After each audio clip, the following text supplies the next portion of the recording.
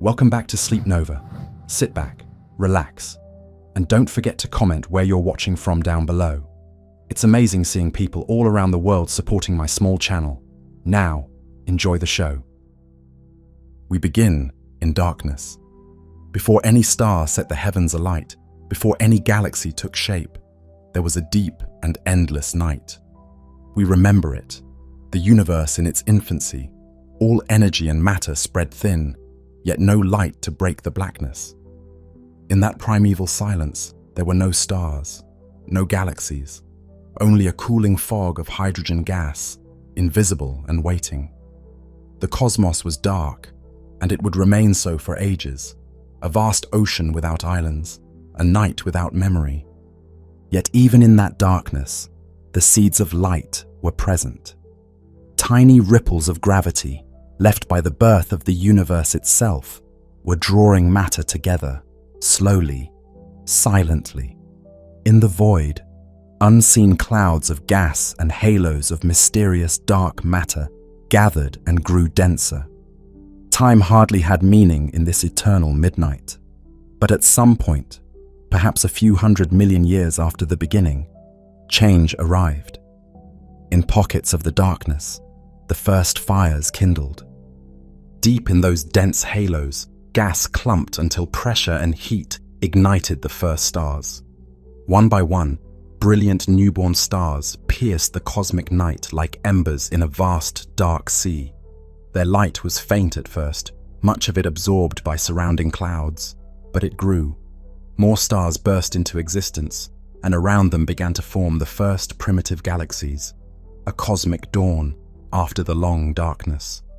We remember the moment the lights came on. A firestorm of star birth swept through the young universe, the first galaxies assembling as clusters of glittering light.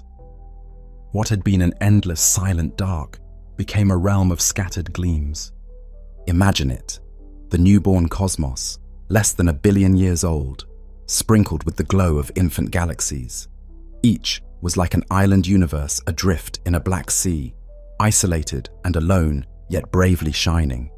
These first galaxies were much smaller and simpler than the grand spirals and ellipticals that would follow. They flickered pale and red, their light stretched and dimmed by eons of travel. But however faint, they were beacons, the first organized realms of stars, announcing that the long cosmic night was ending. From where we stand now, nearly 14 billion years later, we can still catch glimpses of those early faint galaxies with our most powerful telescopes. They appear as tiny smudges of light in deep field images, ghostly and ancient. Many have long since grown or merged or dissipated, but their ancient glow still travels the universe, telling the story of when the cosmos first lit its candles. In that epoch, the universe was only a few % of its current age, a toddler cosmos taking its first steps into illumination. The darkness fought to hold on, absorbing and scattering the first starlight. But starlight is persistent. It ionized the fog around it, burning holes through the murk. Gradually, the black curtain lifted. What had been a cold, neutral haze became a transparent window. The era astronomers call the cosmic dark ages yielded to the cosmic dawn. We, the living cosmos, remember this transition. It was the first time light had structure and form. It was the moment the universe began to perceive itself in the mirror of starlight. The first galaxies were the universe awakening to its own possibilities, each a tiny island of something rather than nothing. In those islands, countless suns would soon forge heavier elements, explode, and seed space with the ingredients for planets and life. The story of everything we know, stars, planets, potential life, began with that emergence of galaxies from darkness. Out of utter night came the glimmer of countless distant candles. This was the threshold of galactic dawn. Out of the void came light and pattern, as if the cosmos had dreamed in darkness and now opened its eyes. Scattered across unfathomable distances, the infant galaxies shone alone, unaware of one another, like solitary lighthouse beams sweeping an empty sea. They were the first galaxies, precious, solitary sparks in a silent abyss. The universe, once a slumbering expanse of night, was now awake with faint starlight. In that fragile glow, the cosmos beheld its reflection for the first time. A mysterious, reverent hush falls over us as we recall this dawn, the moment we first illuminated the darkness, the moment when galaxies, and with them the seeds of everything to come, emerged and took their place in the vastness. Now, in the wake of that first dawn, we turn our gaze to a single galaxy to understand the wonders it holds. Each galaxy is a vast cosmic island, and like any island, it has its own geography and inhabitants. Picture one such island universe, perhaps like our own Milky Way. It is a great swirling city of stars. Hundreds of billions of suns blaze within it, swarming in a rotating disk like a giant glowing whirlpool. Gravity is the architect that binds this galactic city. It gathers stars by the billions and holds them in its grasp, preventing them from drifting into the void. When we look at a galaxy through a telescope, we see the collective glow of all those stars merged together. A luminous disk or an ellipse or an irregular scatter of light. But within that glow lies structure, bright knots and cloudy bands that reveal the galaxy's anatomy. At a galaxy's center resides a dense concentration of stars, a nucleus or bulge. In a spiral galaxy, surrounding this bulge is a flat disk spreading tens of thousands of light years, where stars, gas, and dust orbit in orderly rotation. The disk often bears spiral arms, winding structures that pinwheel out from the center. These arms are not solid arms of material, like spokes. They are regions of slightly higher density that move around the galaxy more slowly than the stars and gas. As stars and gas orbit, they bunch up in these density waves, rather like cars piling up in traffic on a highway. The compression of gas in spiral arms triggers the birth of new stars, which is why the arms are studded with bright blue stars and pink nebulae, the telltale signs of ongoing star formation. Between the arms, older stars orbit more quietly. The galaxy's outskirts are generally fainter, with fewer young stars and less gas. Above and below the disk lies the halo, a sparse, spherical realm of very old stars and globular star clusters, tight, ancient stellar congregations, orbiting the galaxy's center in all directions. And permeating all these components is a massive halo of invisible dark matter, of which more later, extending far beyond the visible edge, whose gravity holds the galaxy together. Let us tour these components in turn. First, the stars. They range from hot, young blue giants that burn briefly in the spiral arms, to cool, red, ancient stars that populate the bulge and halo. Each star is a sun with its own potential family of planets. The number of stars is staggering, 100 billion or more in a large spiral. If we could fly through the galaxy, stars would surround us like a glittering snowstorm, especially near the core, where they crowd close. But even in the outskirts, you'd never be far from a sun. Despite that, the distances are so vast that to an individual star, like our sun, its nearest stellar neighbors are several light years away, tiny points separated by great voids. A galaxy is mostly space, but the sheer number of stars fills that space with collective light. Next, the gas and dust. Strewn through the disk are immense clouds of gas, mostly hydrogen, and interstellar dust grains. This material is the raw ingredient for new stars. In a galaxy's spiral arms, these clouds are numerous and concentrated. Between arms, they are sparser. Dust, though only a small fraction of the galaxy's mass, has an outsized effect on appearance. It absorbs and reddens light. Along the Milky Way's plane, we see dark rifts where dust in nebulae blocks the light of background stars. Gas, on the other hand, often reveals itself by the light of stars embedded within it. For example, glowing ionized hydrogen clouds, H2 regions, that appear as pinkish patches, marking sites of current star formation. Surrounding the bright disk of stars and the faint glow of gas is something more elusive. Every galaxy is embedded in an enormous halo of invisible matter, dark matter. We call it dark because it emits no light. We infer its presence by its gravitational pull. This unseen halo outweighs all the stars and gas by a factor of 5 or more. It extends well beyond where the visible galaxy fades out, like a transparent sphere engulfing the luminous parts. Were it not for the dark matter's gravity, galaxies as we know them could not hold together. The outer stars would fly off, and the galaxies we saw form in the early universe might never have coalesced so quickly. Finally, many galaxies harbor an immensely dense object at their core, a supermassive black hole.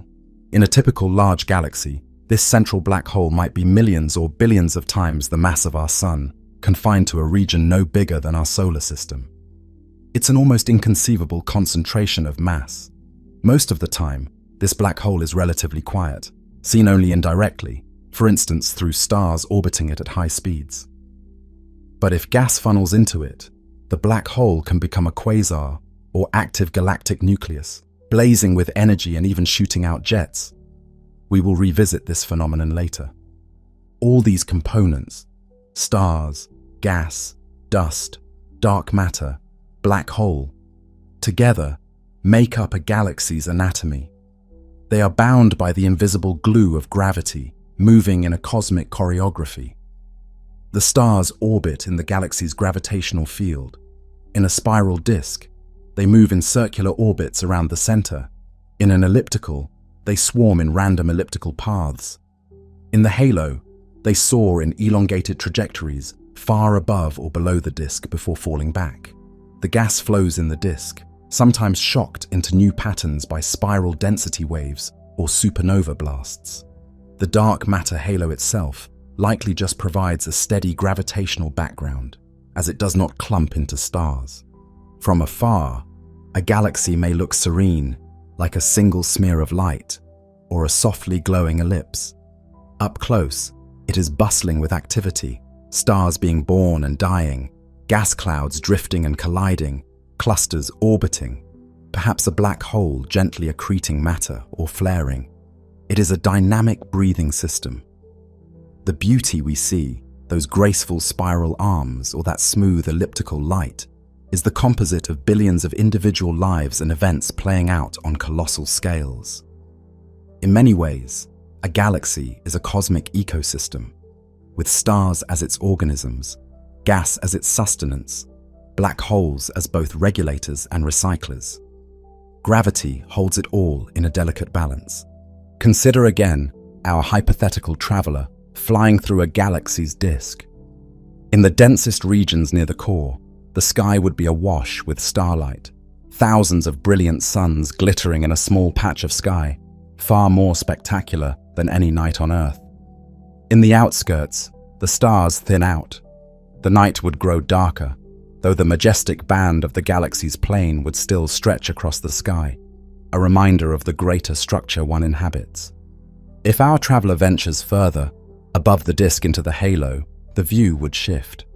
Most of the galaxy's stars would lie below like a flat, glowing spiral, and around the traveler, there might only be the sparse halo stars, and perhaps a globular cluster or two in the distance, lonely outposts of the galaxy far from its busy heart. This is the anatomy of a galaxy, a vast ensemble of matter arranged by gravity into a structure that is at once orderly in its overall shape and orbit patterns, and chaotic in the micro-detail of individual star motions and gas turbulence. It is a self-contained cosmos, with internal processes of creation and destruction set against the backdrop of the expanding universe. Not all galaxies are alike, however. As galaxies grew and interacted, they assumed diverse shapes and characters. Some became elegant spirals, others grew into sprawling ellipticals, and many smaller ones took on irregular, whimsical forms. In the grand cosmic menagerie, galaxies are as varied as the creatures in a primeval sea, spiraling, stretching, colliding and twisting into different configurations. Their shapes are visible signposts of their histories. Spiral galaxies are the archetype we've already been exploring. They have pinwheel shapes, a flattened rotating disk with spiral arms, a central bulge, and often a bar of stars slicing through the bulge. Our Milky Way is one such barred spiral. Spirals are galaxies in their star-forming prime. Their arms, shining with young blue stars and dotted with pink emission nebulae, show that these galaxies still have plenty of gas to make new stars. The presence of dust in the disk creates dark filamentary lanes that outline the spiral structure when viewed face-on, and that give edge-on spirals a shadowy mid-plane. 2/3 of spirals, including the Milky Way, have a bar structure, which is thought to redistribute material and perhaps trigger star formation by funneling gas inward. Spiral arms can be tightly wound or more open and irregular. Some spirals, called grand design, have well-defined arms that can be traced almost a full circle around, while others have fragmentary arm segments. Regardless of exact form, the hallmark of a spiral is a mix of star ages, hot young stars in arms, and older stars in the bulge and extended disk, and an ongoing cycle of star birth. Elliptical galaxies have a very different look. They range from nearly perfect spheres to elongated football shapes. Ellipticals typically show no spiral structure, no disk, and crucially, almost no cool gas or dust. Thus, they lack the neon signs of star formation, no blue young star clusters or glowing nebulae. Instead, their light is dominated by older reddish stars. An elliptical galaxy often appears as a smooth gradient of light, brightest at the center and dimming uniformly outward, with little texture. The stars in ellipticals orbit in random directions, like bees in a swarm, unlike the coherent rotation in a spiral's disk. This suggests ellipticals likely formed by mergers of smaller systems. Imagine two spirals merging. Their ordered disks could be scrambled into one big cloud of stars, orbiting every which way. The largest galaxies in the universe are giant ellipticals found in cluster centers, which probably grew by consuming many smaller galaxies. Conversely, there are also tiny ellipticals, and dwarf spheroidals, only a bit bigger than globular clusters, often companions to larger galaxies. Without much gas, ellipticals have long since ceased meaningful star formation. They are largely in a passive, quietly shining state. Lenticular galaxies, SRO type, are something of a bridge between spirals and ellipticals. They have a disk, like spirals, often with a central bulge, but no spiral arms and very little gas or dust. A lenticular galaxy looks like a smooth disk or a bulge with a faint pancake around it. One might think of them as armless spirals or disk ellipticals. They likely form when a spiral galaxy uses up or loses its gas. For example, gas stripped by falling into a cluster or exhausted by star formation and feedback. The result is a galaxy that still rotates and has a disk structure, but no spark left to form new stars. Lenticulars often show dust lanes or rings, but no active HII regions. They tend to have intermediate colors, not as blue as star-forming spirals, not as red as ellipticals, although more toward the yellow due to aging stellar populations. If spirals are galaxies in their adulthood and ellipticals in old age, lenticulars are perhaps late middle age. The shape remains, but the youthful glow is gone. Irregular galaxies are those that defy the standard categories. They have no regular shape, neither a disk with arms nor a smooth ellipsoid. Many are small, dwarf irregulars, essentially blobs of stars and gas. They often contain significant amounts of gas and ongoing star formation, but in a haphazard pattern. The large and small Magellanic Clouds, visible to the naked eye from the southern hemisphere, are irregular dwarf galaxies orbiting the Milky Way. The Large Magellanic Cloud, LMC, actually has a bar and one spiral-like arm, It's a magpie of a galaxy, part bar, part irregular disk. The small Magellanic Cloud is more chaotic, an amorphous sprinkle of stars with no obvious center. Such irregulars could be young galaxies that haven't settled into a definitive form, or were perhaps normal galaxies distorted by gravitational encounters. Some irregular shapes result from collisions.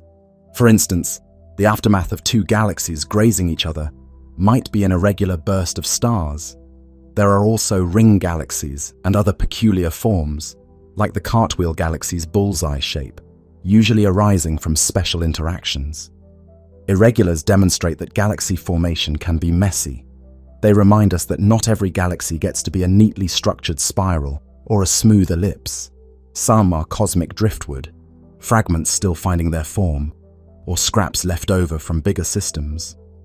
In truth, many galaxies evolve from one type to another. A spiral can merge with another and become an elliptical. A tidal encounter can turn a spiral into a distorted irregular, perhaps temporarily, before it resettles. Two dwarfs colliding might spark a mini-spiral structure. The classification is a snapshot of a galaxy's visible state, but underlying that state is a story. Even so, Hubble's classic tuning fork diagram, spirals branching into barred and unbarred, lenticulars in the middle, ellipticals on the handle, remains a useful map of galaxy diversity. Each shape speaks to physical conditions. Spirals mean a spinning disk with ongoing star formation. Ellipticals mean a gravitationally relaxed system that likely experienced mergers and lacks fuel. Irregulars often mean either youth or disruption. Across the cosmos, we see that early on, many galaxies were irregular and clumpy. Over time, through mergers and accretion, some settled into spirals. Others, especially after big collisions, became ellipticals.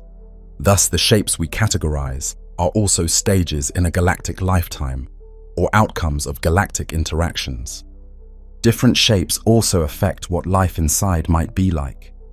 A planet in an elliptical galaxy's outskirts might have a night sky filled only with a gentle, diffuse glow. No grand Milky Way band, since the stars are more uniformly distributed. In a dwarf irregular, the sky might be relatively dark, except where a local pocket of star formation lights it up. In a spiral like ours, we enjoy the spectacular band of the Milky Way and rich constellations, a product of living in a structured, starry disk. Yet beneath these varied forms, galaxies share a fundamental role. They are star factories. No matter the shape, virtually every galaxy at some point converts gas into stars. This ongoing creation process is the heartbeat of a galaxy's life. Let us turn to that internal activity common to all but the most dormant galaxies, the birth of stars within these island universes.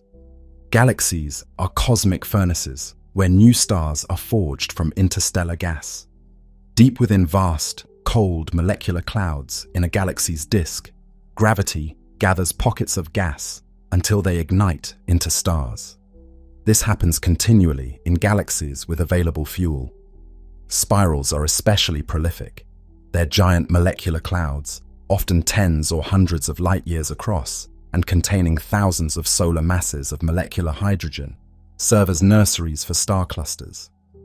Within such a cloud, small density enhancements draw in gas around them. As the gas compresses, it heats up. When a pocket, perhaps a few tens of times the sun's mass, collapses enough, the temperature and pressure at its core soar to the point that hydrogen nuclei begin to fuse into helium. At that moment, a star is born.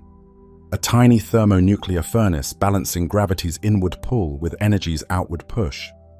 The newborn star often emerges in a cluster with dozens or hundreds of siblings, all formed from the same cloud. The remaining gas may be blown away by the collective radiation and winds of those newborn stars, clearing out a bubble and leaving behind a shining cluster. Throughout a galaxy's spiral arms, this drama plays out in countless locales. For example, in our Milky Way, the Orion Nebula is one such stellar nursery. To the unaided eye, Orion's sword shows a faint fuzzy patch. Through a telescope, it's a glowing cavern of gas with a handful of massive young stars illuminating it. Those stars are mere infants, less than 1 million years old. And where we see the nebula's bright veil, many more protostars are likely gestating.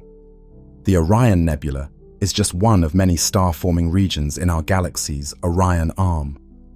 Star formation rates vary. The Milky Way forms roughly 1 to 2 sun-mass stars per year. In fact, mostly lower-mass stars. The high-mass ones are rarer.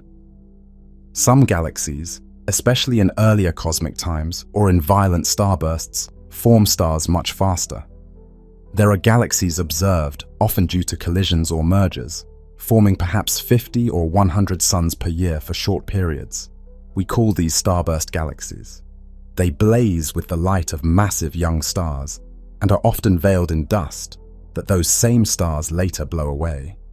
Conversely, small dwarf galaxies or massive gas-poor galaxies might only trickle out a star or two per year, or nearly none if they've lost their gas. Galaxies self-regulate this star formation to an extent. When many stars form at once, the first massive ones, O-type stars, emit intense ultraviolet radiation and charged particle winds. They heat and push on the surrounding gas. Shortly thereafter, within a few million years, some of those massive stars explode as supernovae, sending shockwaves through the molecular cloud. These effects can compress some parts of the cloud, triggering more stars in a chain reaction, but can also disperse other parts, shutting down further star formation in that region.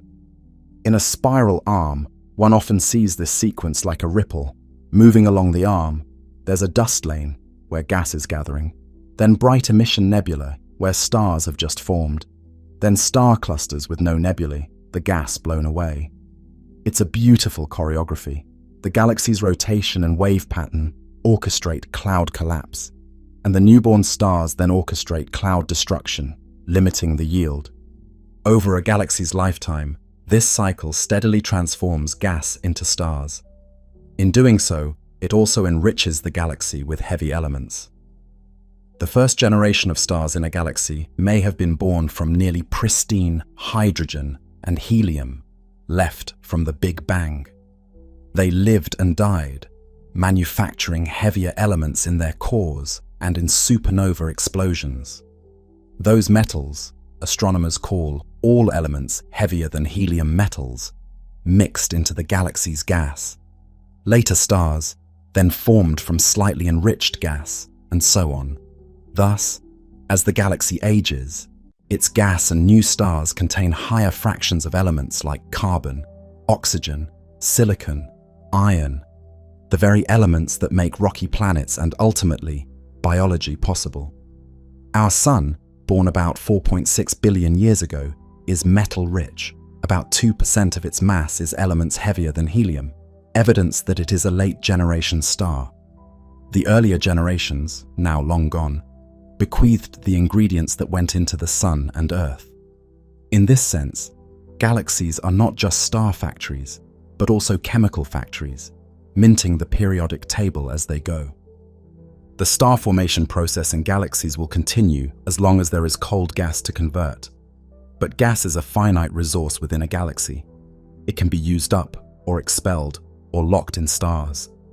Large galaxies can sustain moderate star formation for many billions of years, while small dwarfs may consume their gas quickly or have it stripped away by interactions. When we look at galaxies, their colors give away their star-forming status. Blue-tinted galaxies are actively forming stars. Short-lived blue stars tint the light, whereas yellow-red galaxies have little star formation, their light dominated by long-lived reddish stars. Many spirals have blue spiral arms but a yellowish bulge, indicating active star formation in the disk, but an older population in the core. Ellipticals are uniformly yellow-red, having long ago ceased making stars. Our Milky Way, with its mix of blue and white along the arms and a yellowish center, tells us it's still in business as a star factory, though not a starburst by any means. In its suburbs, like our Sun's vicinity, new stars form at a leisurely rate. In contrast, Consider a galaxy like M82, the Cigar Galaxy. It's undergoing a ferocious starburst likely triggered by interaction with its neighbor M81. In M82's core, stars are forming so rapidly that their combined winds and supernovae are blowing gas out of the galaxy in colossal superwinds, visible as filamentous outflows.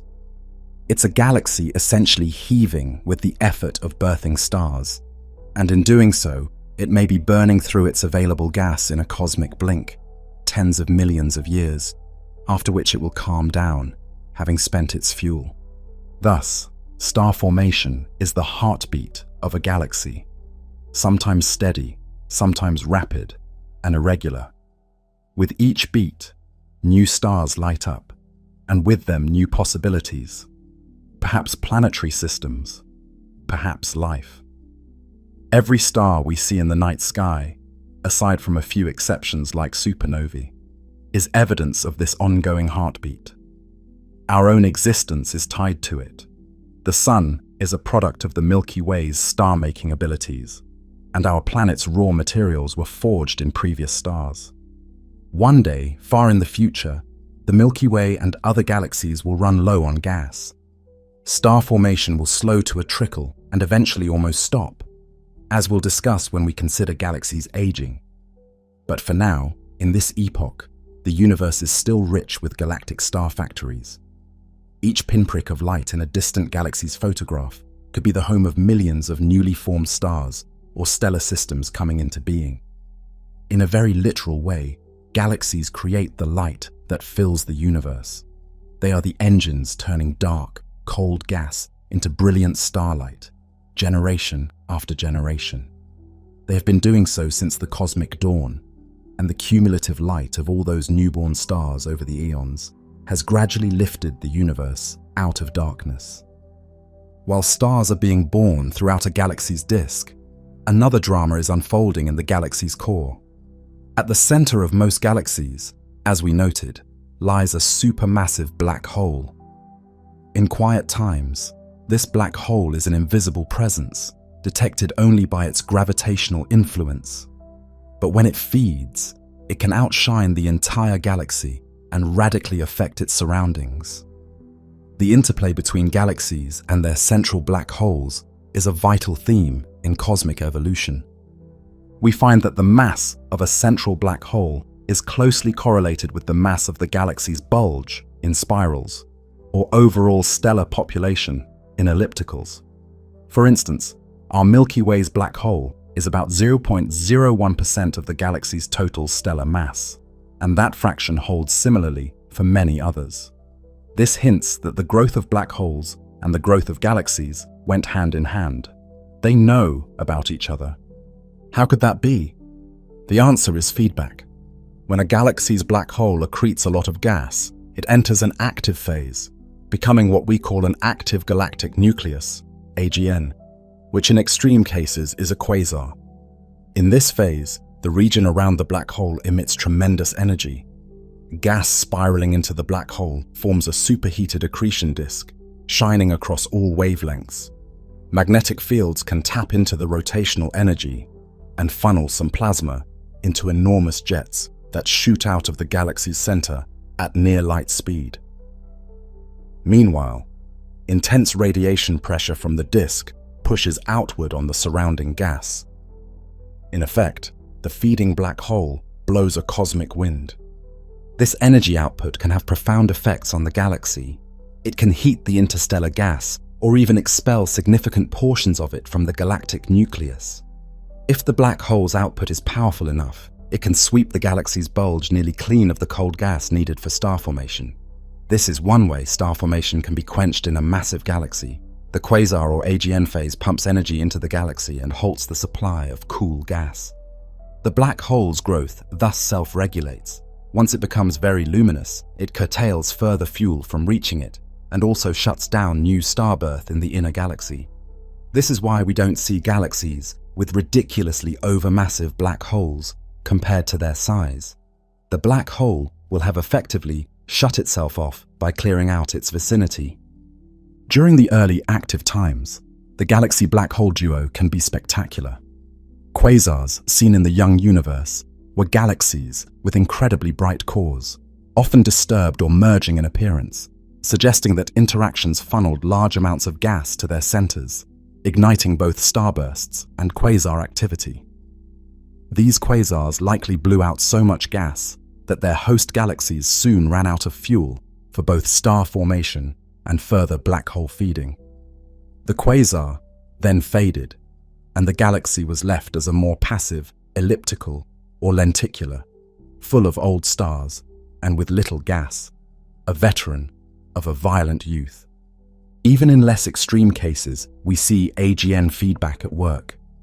In clusters of galaxies, the central galaxy often shows signs that its black hole periodically inflates huge bubbles in the surrounding hot gas, observed as cavities in X-ray images. These bubbles rise and send gentle shockwaves into the cluster, preventing the hot gas from cooling down to form new stars. The black hole is effectively heating the environment enough to forestall a cascade of star formation that would otherwise happen as the cluster gas cooled. This phenomenon is observed in the Perseus cluster, Virgo cluster, and others, where beautiful filamentary structures in the hot gas correspond to past outbursts from the central AGN. Our own Milky Way's black hole, Sagittarius A, is currently faint. Its accretion disk is trickling only a bit of material. But not so long ago, cosmically speaking, it likely had a blazar-like episode. The Fermi bubbles, giant lobes of high-energy emission, extending 50,000 light-years above and below the galactic center, are thought to be remnants of an outflow from Sagar A, perhaps a few million years ago. They testify that even a relatively small supermassive black hole can drive galaxy-scale phenomena when active. Thus, a galaxy's central black hole can be seen as a sort of power regulator. During formative times, it lights up and, through its winds and radiation, keeps the galaxy from overdoing star formation. Eventually, the galaxy and black hole reach an equilibrium. The black hole no longer has a deep reservoir of gas to feast on. Star formation slows down, and they settle into a quieter phase. When we observe a massive galaxy today that isn't forming stars, often we find a quiet but hefty black hole at the center, exactly as this co-evolution scenario predicts. It's remarkable. Something as tiny, in size, as a black hole's accretion disk can influence a whole galaxy tens of thousands of light-years across. It's like a gear in a clock, small but key to the whole mechanism. Black hole feedback provides a link between the very small, sub-parsec scales and the very large, galactic scales. Through it, the cosmos achieved a balance. Without it, models suggest galaxies would be too large and too blue, forming stars far longer than observed. With it, galaxies mature and stop growing after a point, aligning with what we see. In cosmic terms, we can imagine a kind of dialogue. As a galaxy's gas collected and stars formed, the central black hole grew. When the black hole became powerful, it said, "Enough," and blew out the remaining gas, both halting further star formation and starving itself. The galaxy, having been energetic and blue, became a more quiescent reddish system. We see the aftermath of this in the present universe's many red ellipticals and lenticulars. Our own galaxy hasn't undergone a major quenching. It's moderate in mass, but in about 4 billion years, when the Milky Way merges with Andromeda, our central black hole will likely feast on a lot of inflowing gas and could briefly become a quasar, perhaps helping to shape the merged galaxy that will result. Thus, the presence of central black holes and their ability to transform energy make them crucial to the story of galaxies. In youth, galaxies shine by the grace of star formation. In their energetic adolescence, some shine by the grace of an AGN. By old age, both processes wane, leaving a quietly shining population of stars and a dormant heavy heart at the center. Galaxies and their black holes are partners in this cosmic evolution, each influencing the other. Galaxies are not static islands. They are dynamic entities that are born, grow, and change over the vast history of the universe. From the first protogalactic fragments after the Big Bang to the majestic spirals and ellipticals we see around us today, galaxies have undergone significant evolution. They have accreted matter, collided and merged with one another, and transformed from active star-forming systems to, in many cases, quiescent assemblies of old stars. The story of a galaxy's life is written in its shape, its star content, and its motion. It's a biography spanning billions of years. In the beginning, as we recalled, the earliest galaxies formed when the universe was very young. They likely started as small clumps, dwarf galaxy-sized pieces drawn together by dark matter gravitational wells. These clumps were full of gas, which began forming the first stars. Early star formation might have been frantic, massive stars, short-lived, quickly enriching the surroundings with heavier elements upon exploding. Small clumps merged into bigger clumps. Through both chaotic mergers and smoother accretion of gas along filaments of the cosmic web, galaxies began to build up. Simulations of cosmic structure show that little galaxies, with masses perhaps 1,000,000 to 1,000,000,000 times that of the Sun, formed first and then congregated to form larger ones. This process is sometimes called hierarchical assembly, like small bricks assembling into bigger structures. Our Milky Way, for example, has cannibalized many smaller systems over time. It contains star streams and outer clusters that are the remnants of devoured dwarfs. Even now, it's shredding the Sagittarius dwarf spheroidal galaxy, adding those stars to its halo. In the past, it likely did this multiple times. This is how a large spiral can grow over billions of years. Galaxies also grew by accreting fresh gas from their surroundings. In the early universe, gas was more densely and readily available, and galaxies could draw in cold flows from intergalactic space, sustaining high star formation rates. Around 2 to 3 billion years after the Big Bang, roughly the peak of cosmic star formation, often called cosmic noon, many galaxies were in a veritable growth spurt, rapidly forming stars, growing their black holes, and often interacting with neighbors because the universe was smaller then. Everything was closer together. Collisions and mergers are a dramatic driver of galactic evolution. When two galaxies merge, their shapes are profoundly altered. If a small galaxy merges into a big one, a minor merger, the big one mostly keeps its identity. Perhaps the event thickens the big galaxy's disk, or flings some of the small galaxy's stars into the halo, or triggers some extra star formation. But when two comparably sized galaxies merge, a major merger, the result tends to be an elliptical galaxy. The violent relaxation of stars' orbits during the merger randomizes their motions, and any cold gas present can be either consumed in a burst of star formation or expelled by feedback. Thus, the end product is an elliptical with little gas. Major mergers also tend to grow the central black hole efficiently, since gas is funneled to the center, possibly igniting a quasar that then blows out the remaining gas. We believe many of today's giant ellipticals formed from such major mergers billions of years ago. Not every galaxy undergoes a major merger, though. The most massive ellipticals likely did, some multiple times, but many spirals, including perhaps our Milky Way, have had a relatively gentle history with only minor mergers.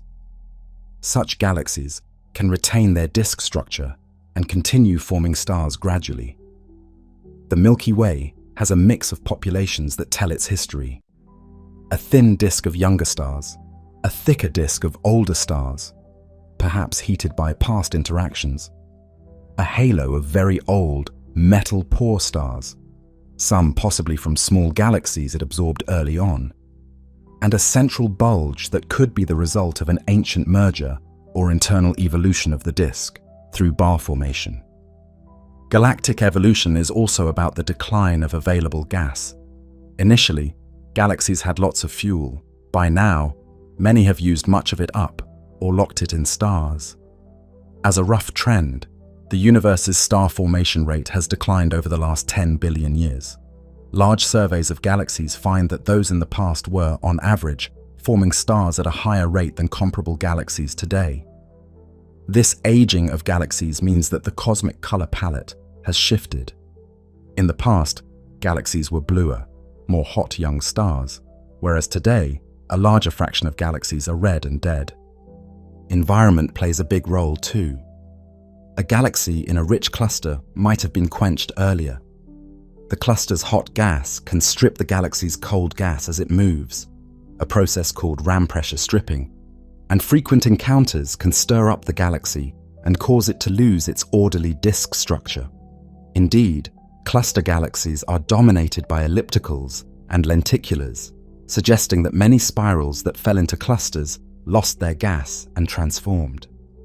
On the other hand, galaxies in lower density environments, small groups or voids, have fewer interactions and often retain their spiral structure and star-forming ability longer.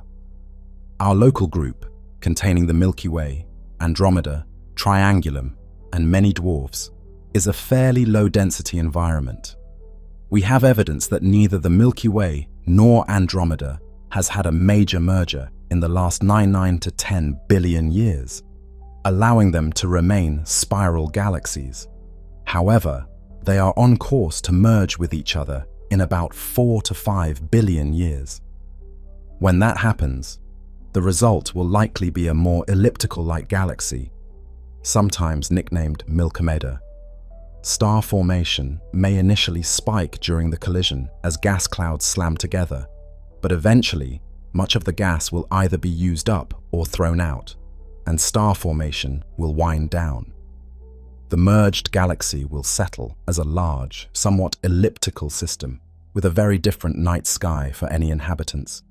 No clear disk band, perhaps just a diffuse glow of a central core, and an extended halo of stars. So the future of galaxies is, in a sense, written by their interactions.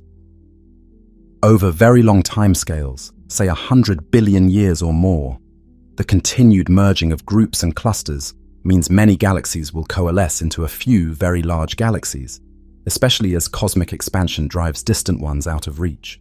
There's a concept that eventually gravitationally bound structures like our local group will merge into one giant galaxy, and beyond that, thanks to the accelerating expansion of the universe, that galaxy will be essentially alone, all other galaxies having receded beyond the observable horizon.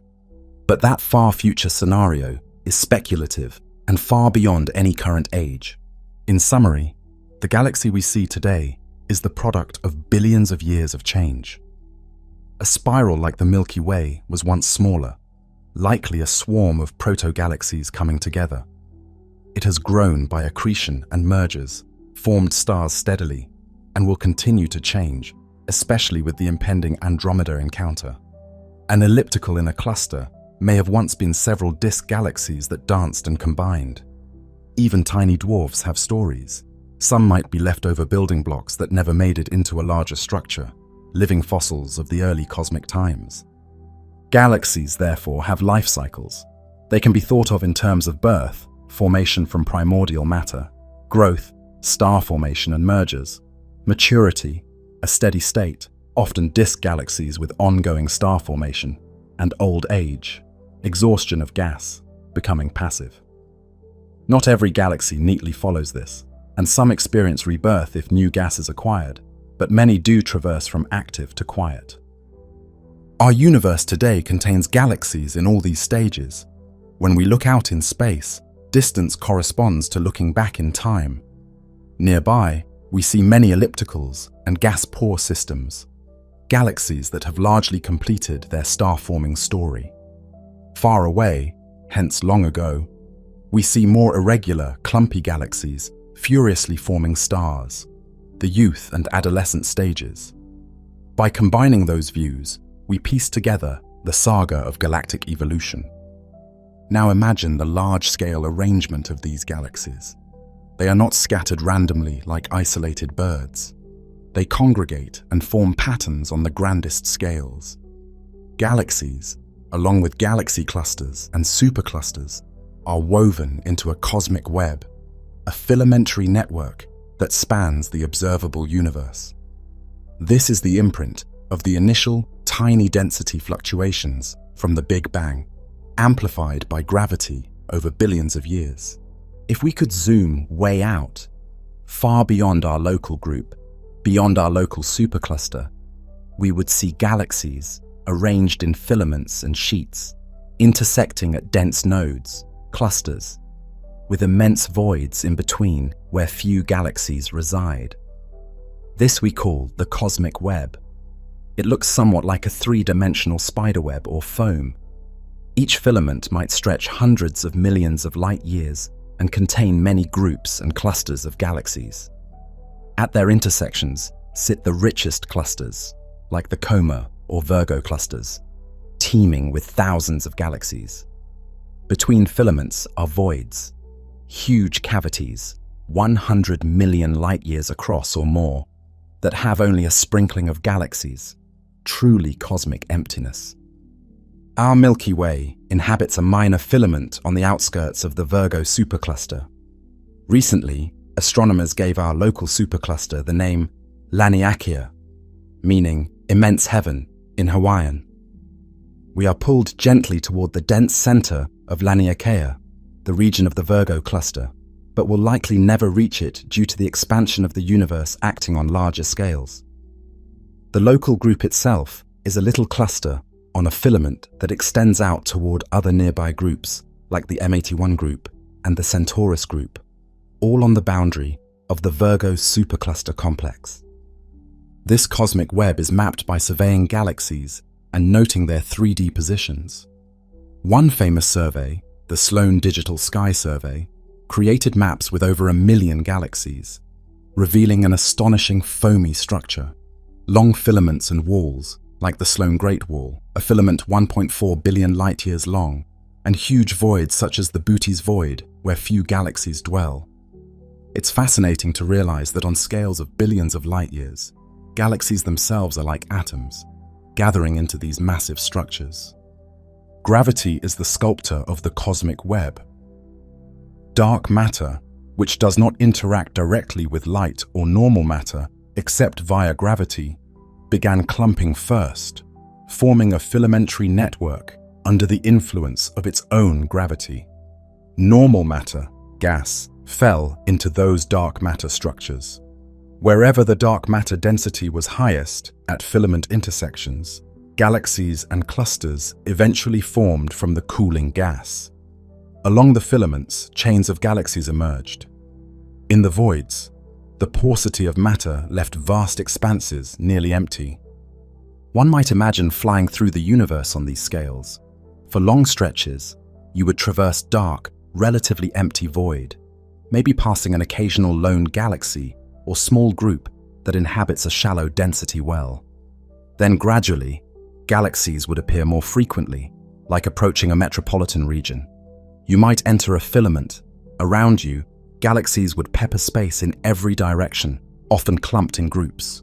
Further on, you could come upon a node, a cluster like Coma, where hundreds of galaxies swarm like bees in a hive, the ambient X-ray glow of hot gas suffusing the cluster. Exiting on another side, a filament might lead you onward to another cluster or spread out into a wall, a sheet-like arrangement dozens of megaparsecs wide, but relatively thin. To the human eye, of course, none of this structure is directly visible. We see it only by plotting galaxy positions. But an observer within a rich filament would see many galaxies in their night sky. Some might even be naked-eye bright if they're close enough, the way Andromeda is visible from Earth. In the heart of a cluster, the sky would be crowded with fuzzy glows of elliptical galaxies and maybe intense light from a central CD galaxy. In a void, the night sky might have far fewer galaxy smudges visible at all. An observer might not realize they're in a universe full of galaxies because most are so distant. This large-scale cosmic web continues to evolve. Over time, gravity will slowly pull filament galaxies toward the nodes, making clusters richer, while voids expand as matter drains out of them. However, the accelerating expansion of the universe, driven by dark energy, will counteract gravity on the larger scales, so the web might reach a sort of frozen configuration in the far future, where most structures don't grow much further because distant regions are receding too quickly to merge. Standing back, we can appreciate the cosmic web as the universe's grand design, the pattern underlying the distribution of galaxies. It's a bit poetic that galaxies, which themselves often look like webs of stars, spirals, are arranged in an actual web on a larger canvas. The phrase "connecting the dots" becomes literal. The galaxies outline the connections in this web. Now, an important component of that web and of galaxies' internal structure is something we mentioned earlier, but did not fully explore: dark matter. This is the unseen scaffolding that holds galaxies together and forms the framework of the cosmic web. It is the backbone of structure formation, yet it remains mysterious.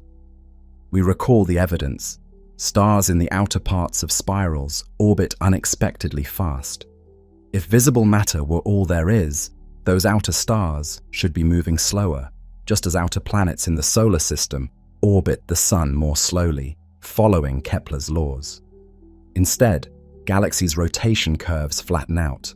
Stars far from the center orbit at roughly the same speed as those closer in. The logical conclusion is that there's much more mass spread out through the galaxy's halo than we can see, providing the extra gravity to keep those stars bound in fast orbits. Similarly, galaxies and clusters move as if there's far more mass in the cluster than the galaxies, and hot gas alone account for. Thus arose the concept of dark matter halos.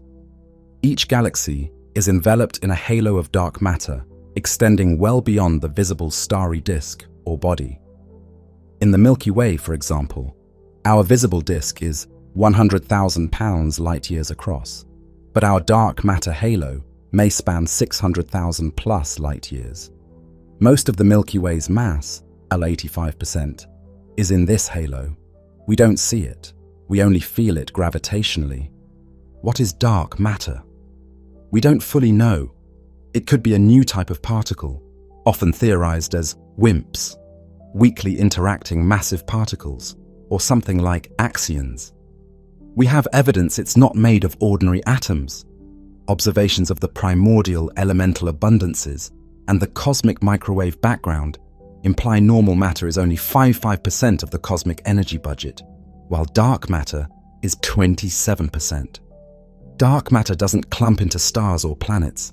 If it did, we'd see those objects gravitationally or via blocked starlight.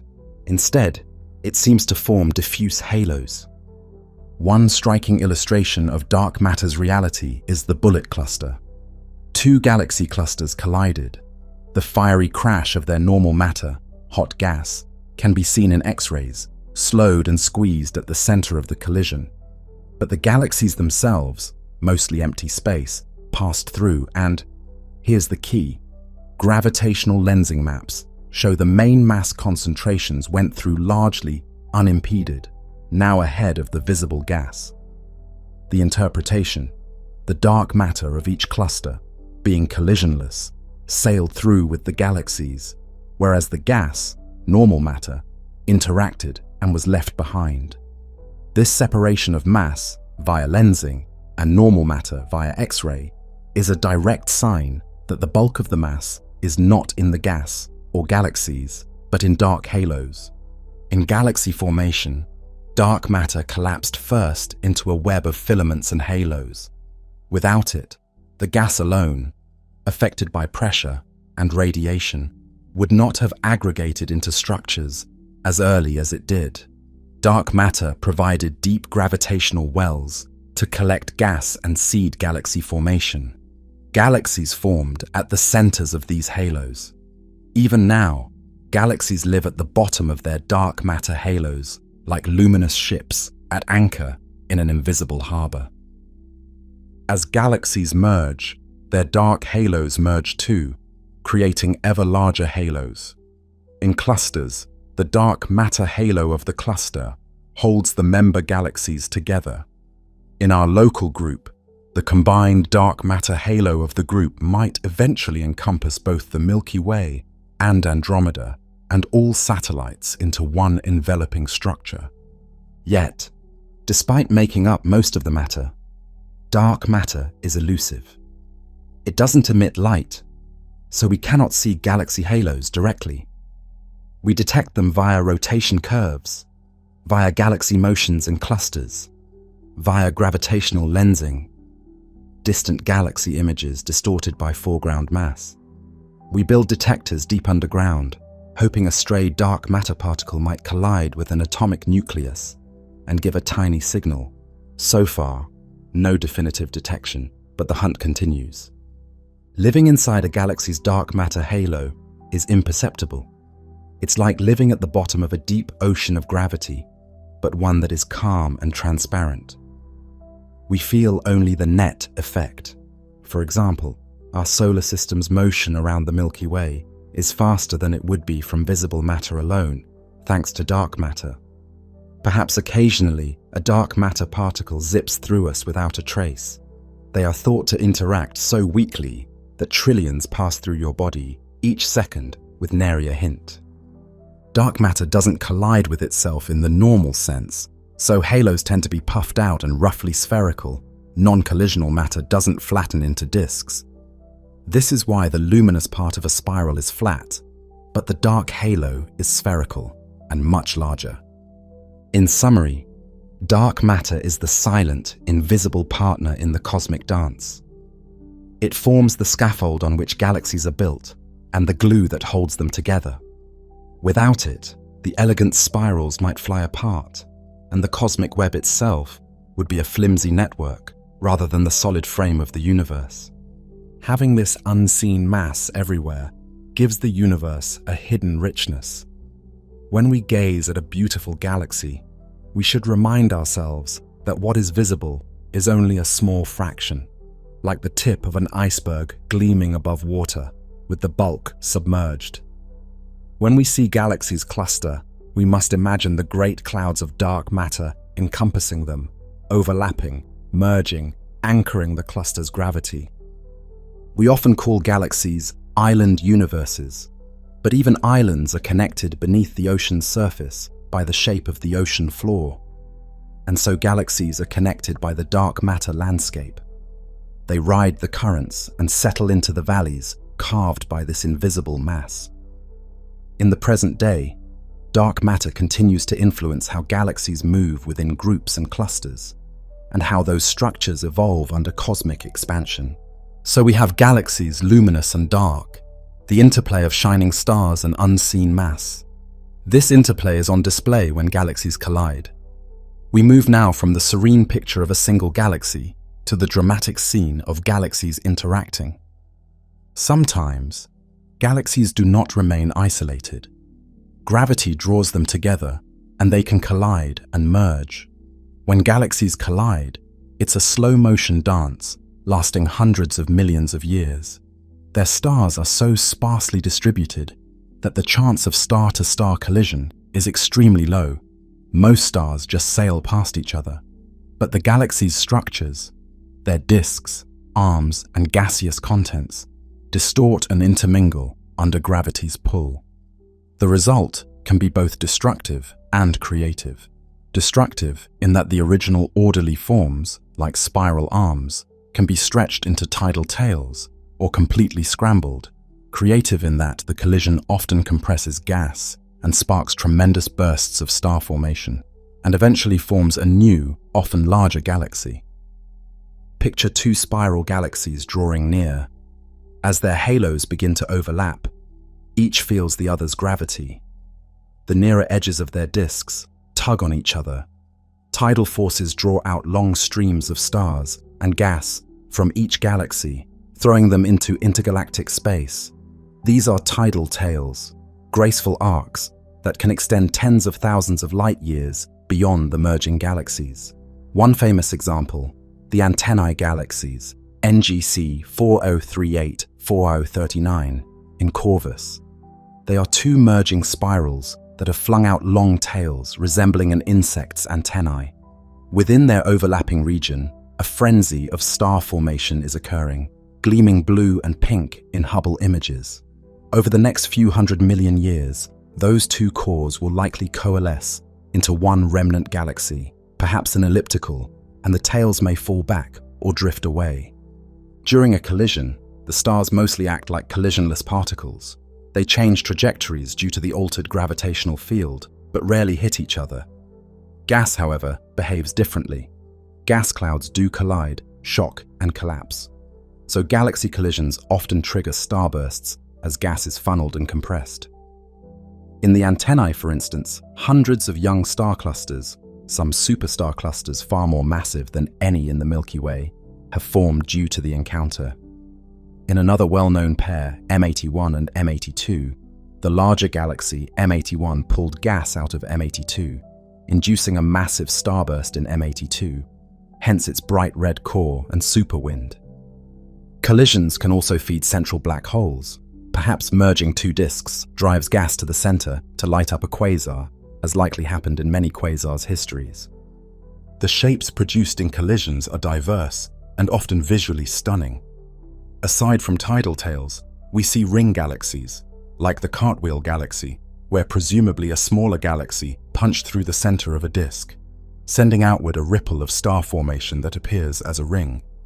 Shell galaxies, ellipticals with faint concentric stellar shells, likely remnants of past mergers that settled in oscillating layers, and completely amorphous mergers where the entire system is a chaotic cloud of stars, eventually to relax into an elliptical. Galactic collisions also can fling stars entirely out of galaxies, creating intergalactic stars. In clusters, we find a diffuse light between galaxies, partly from stars stripped during close encounters or mergers. In our local group, our Milky Way's interactions with dwarfs have left streams of stars, such as the Sagittarius stream, orbiting independently. Each collision is a one-time, unrepeatable event, with unique outcomes depending on masses, speeds, angles, and gas content. But generally, two similar mass disk galaxies merging will produce a more spheroidal galaxy and cease most star formation, especially if the merger uses up or expels the gas. Many scientists think that's why giant ellipticals in clusters exist. They are essentially merger pileups of many former spirals and dwarfs. From the perspective of any beings within a galaxy during a merger, the night sky would change over millions of years. They might see a faint smudge of the approaching galaxy grow larger and more detailed. Perhaps new bright stars and nebulae would appear as star formation ignites. Over long times, the constellations would be disturbed as star positions shifted gravitationally. If they survived to the end of the merger, which any individual star likely would, since direct stellar collisions are rare, they might find themselves in a very different type of galaxy, perhaps lacking a clear disk or patterns, and their sky now filled with a diffuse glow rather than a crisp Milky Way band. Destruction breeds creation.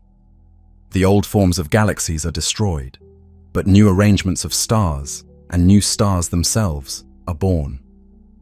Tidal tails created by one merger might later condense into dwarf galaxies, essentially giving birth to new smaller galaxies as byproducts of a big merger. In fact, some astronomers suspect that certain dwarf galaxies around giants could be tidal dwarf galaxies from past interactions rather than primordial objects. Over time, most galaxies will participate in at least minor mergers. Our Milky Way is currently cannibalizing some dwarfs as noted, and in the future will engage in a major merger with Andromeda. In about 4 billion years, Andromeda's disk will start to distort the Milky Ways, and by 5 to 7 billion years, they will likely coalesce into a single elliptical-like system, nicknamed Milkomeda. This merged galaxy may then eventually gather the other local group members. Farther down the line, billions of years later, it might even fall into the Virgo cluster, though cosmic expansion might prevent that. Nothing is truly static. Collisions highlight another feature. Galaxies contain a lot of empty space relative to their size. If two spirals were shrunk to the size of two frisbees and thrown at each other, one might expect a smash. But in space, even when their disks overlap, stars mostly miss each other because of scale. The frisbees in this analogy are loaded with grain of sand stars inches apart. Two thrown frisbees would result in many sand grains colliding. But in galaxies, stars are like grains, perhaps miles apart on those frisbees. Not a perfect analogy, but it gives a sense of the sparseness. Ultimately, colliding galaxies tend toward equilibrium, Eventually, the gravitational chaos settles into a new, stable shape, often an elliptical. The wild star formation consumes gas and then peters out. The stellar orbits randomize and the system becomes dynamically relaxed. What was two lively spirals becomes one big, perhaps complacent, elliptical. Destruction creates beauty. The antennae-like tails, the rings, the burst of nebulae, all transient loveliness in the cosmic theatre. Eventually that fades, and a more subdued form remains, carrying in its diffuse light the mixed heritage of its progenitors. We see many ellipticals with faint tidal features or multiple nuclei or other signs that they formed from mergers, ghosts of their past lives etched in starlight.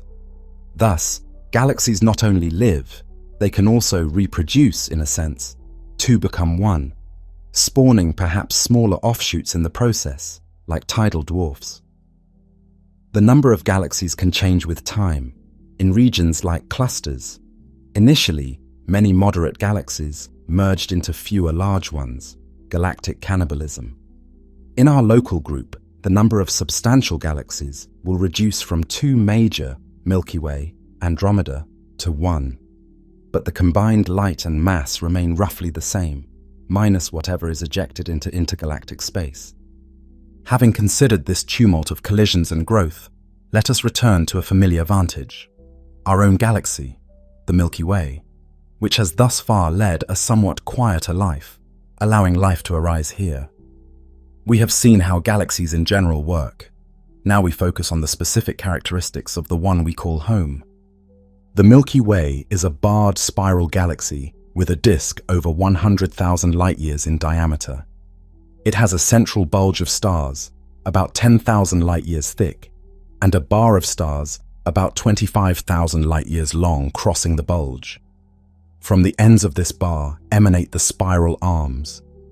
At least two major arms, Scutum Centaurus and Perseus, and several smaller segments or spurs, like the Orion arm where our Sun resides. Our galaxy's total stellar mass is on the order of 100 billion suns. It's accompanied by a retinue of over 50 satellite galaxies, mostly dwarfs, and is itself part of the local group with Andromeda and others. We experience the Milky Way from within. On a clear night in a dark location, we see it as a milky band arching across the sky. That is our edge-on view of the dense galactic disk. Through telescopes, this band breaks into countless faint stars and dark dust lanes. Toward the constellation, Sagittarius lies the galactic center, about 27,000 light-years away, behind thick dust clouds that hide the nucleus in visible light. In that direction, the Milky Way band is widest and brightest because we are looking toward the packed central bulge and along several spiral arms overlapping.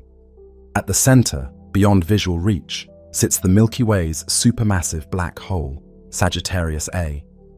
We have mapped stars orbiting extremely fast there, up to a few thousand km, indicating a mass of 4 million suns in a volume no larger than our solar system, hence a black hole. Currently, SGR-A is quiet. It's not actively accreting much gas, so it's effectively dark. If it were feeding, we'd detect strong radiation from that region, X-rays, etc. As mentioned, evidence of past activity, the Fermi bubbles, suggests it's had active episodes. Surrounding the nucleus is the bulge, a roughly spheroidal swarm of older stars, many red giants among them. The bulge has a higher proportion of old metal-rich stars, and likely also contains the bar structure. The bar is basically a stretched bulge. Our vantage point, offset from the center, means we see the bulge as a widening of the Milky Way's central glow. The disk of the Milky Way is the dominant feature. It is fairly thin, about 1,000 light-years thick in the star-forming regions, thicker in older stars. It contains most of the gas, in forms ranging from hot ionized regions to cold molecular clouds and dust. Our Sun orbits within this disk, currently about 25 pc, 80 light-years, above the midplane. We bob up and down through the plane as we orbit. The solar system completes one orbit around the center every 240 million years, sometimes called a galactic year. We've likely done about 20 orbits since the Sun's formation, meaning the Sun has been in various parts of the Milky Way's arms and spaces between arms over time. Our galaxy's spiral structure has been discerned by carefully mapping concentrations of gas via radio observations of hydrogen and carbon monoxide and young star clusters. We know that it has a barred center from infrared surveys like COBE and Spitzer that penetrate dust. The major arms are the Perseus arm, outside our orbit, and the Scutum Centaurus arm, inside our orbit, wrapping around the galaxy. The Sun lies in a smaller spur called the Orion Cygnus arm, or local arm. This local spur connects the major arms and contains the Orion Nebula, the Carina Nebula, and other nearby star-forming regions. Our galaxy is currently forming stars at a moderate clip, a few M per year, mainly in the spiral arms. Notable star formation complexes include those in Carina, Scutum, Sagittarius, all toward the inner galaxy, and the Perseus arm, farther out. We also have ongoing star formation in the molecular ring about 4 kpc, 13,000 Li, from the center, which might be related to the bar's dynamics funneling gas there. The Milky Way's halo is a roughly spherical zone surrounding the disk and bulge. In this halo are the oldest known stars of our galaxy, some nearly as old as the universe, found in globular clusters and as solitary halo stars passing through. We have observed about 150–160 globular clusters orbiting the Milky Way. These clusters are dense, gravitationally bound spheres of ancient stars, typically 12 billion years old or more. They reside mostly in the halo, on random elliptical orbits tilted at various angles to the disk. Harlow Shapley in the 1910s used the distribution of globular clusters. They form a roughly spherical cloud centered on the galactic center to infer the Sun's offset position and the size of the Milky Way, one of the first steps in understanding our galaxy's true scale. The halo also contains the dark matter halo mass. The stellar halo, visible stars, is tiny compared to the dark halo, but it's our tracer of the halo's extent. Many halo stars and globulars have very low metallicity, few heavy elements, indicating they formed when the galaxy, or its precursor fragments, was very young and mostly unpolluted by supernovae. Some might even predate the Milky Way, having formed in smaller progenitor galaxies that later merged into the Milky Way. The Milky Way sits in a neighborhood with dozens of other galaxies, the local group. Dominating our local group are the Milky Way and the Andromeda Galaxy, M31. Andromeda, slightly more massive and about 2.5 million light-years away, is a spiral galaxy quite similar in structure to our own, barred as well, with a vast swarm of satellites. The third largest member is the Triangulum Galaxy, M33, a smaller spiral, maybe 1/5 the mass of Andromeda, which might be a satellite of M31 or an independent member. Beyond these 3 spirals, the rest of the local group is composed of dwarf galaxies.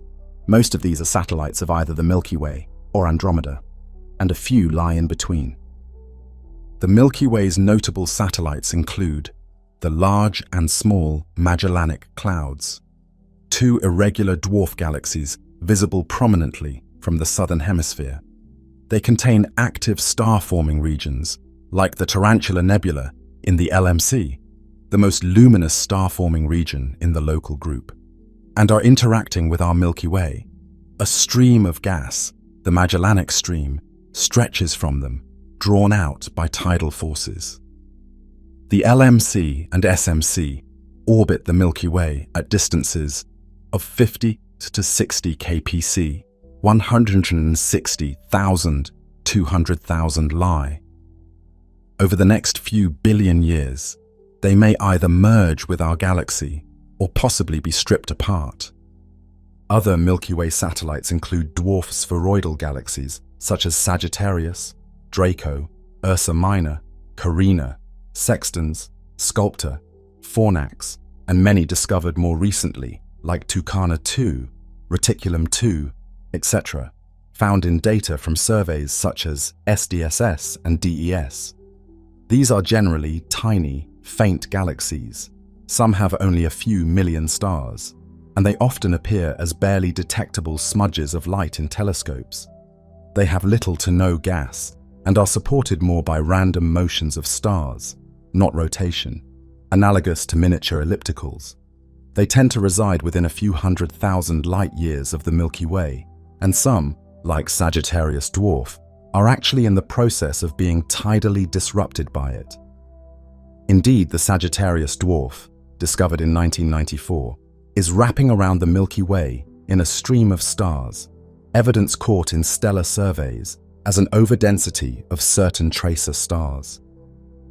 Andromeda likewise has its cohort of dwarfs, like M32 and M110, two dwarf ellipticals right next to its disk, visible even in early photos by Messier, and many dwarfs discovered around it, such as Andromeda 1 to 2, etc., and the recent surprise of a thin plane of satellite galaxies seemingly aligned around M31. Triangulum, M33, is smaller and has only a couple of tiny companions known. The local group as a whole is about 3 million parsecs, 10 million light-years, across, and is gravitationally bound. The Milky Way and Andromeda are approaching each other.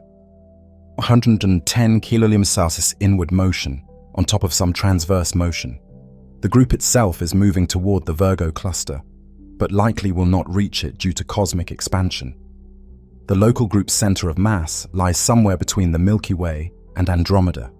These two giants orbit that center and each other slowly. This little family of galaxies drifts together in space. Inside it, galaxies can affect each other.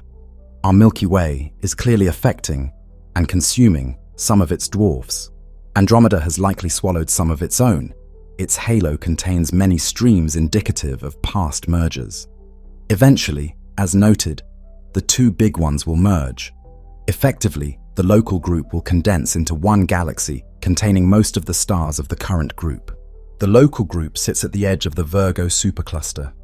Just beyond our group, about 15 million light-years away, lie small groups like the M81 group, around the spiral M81 in Ursa Major, and the Centaurus A M83 group, around Centaurus A, a peculiar elliptical, and M83, a spiral.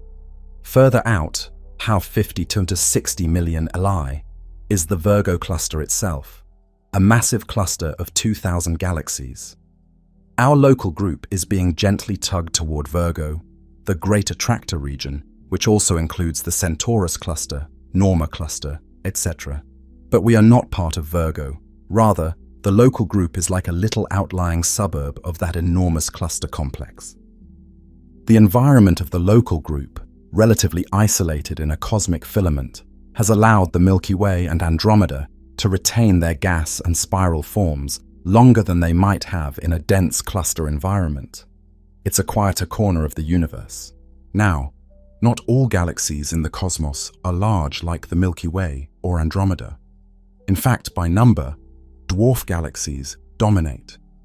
These are galaxies with much smaller masses and luminosities, often just a few million to a few 100 million stars instead of billions. Some dwarfs are irregular, like the Magellanic Clouds. Others are spheroidal or elliptical. Dwarfs are the building blocks that, assembled together, formed bigger galaxies. Many dwarfs also persist as separate entities, especially around bigger galaxies as satellites, or in isolation in voids. Dwarf galaxies are intriguing. Because of their low gravity, they're susceptible to having gas stripped or blown out. Many dwarf spheroidals around the Milky Way have no gas at all. Likely, the Milky Way's tides or radiation long ago removed it, or internal supernovae winds expelled it. These dwarfs consist mostly of old stars and are very faint. They are also extremely dark matter dominated.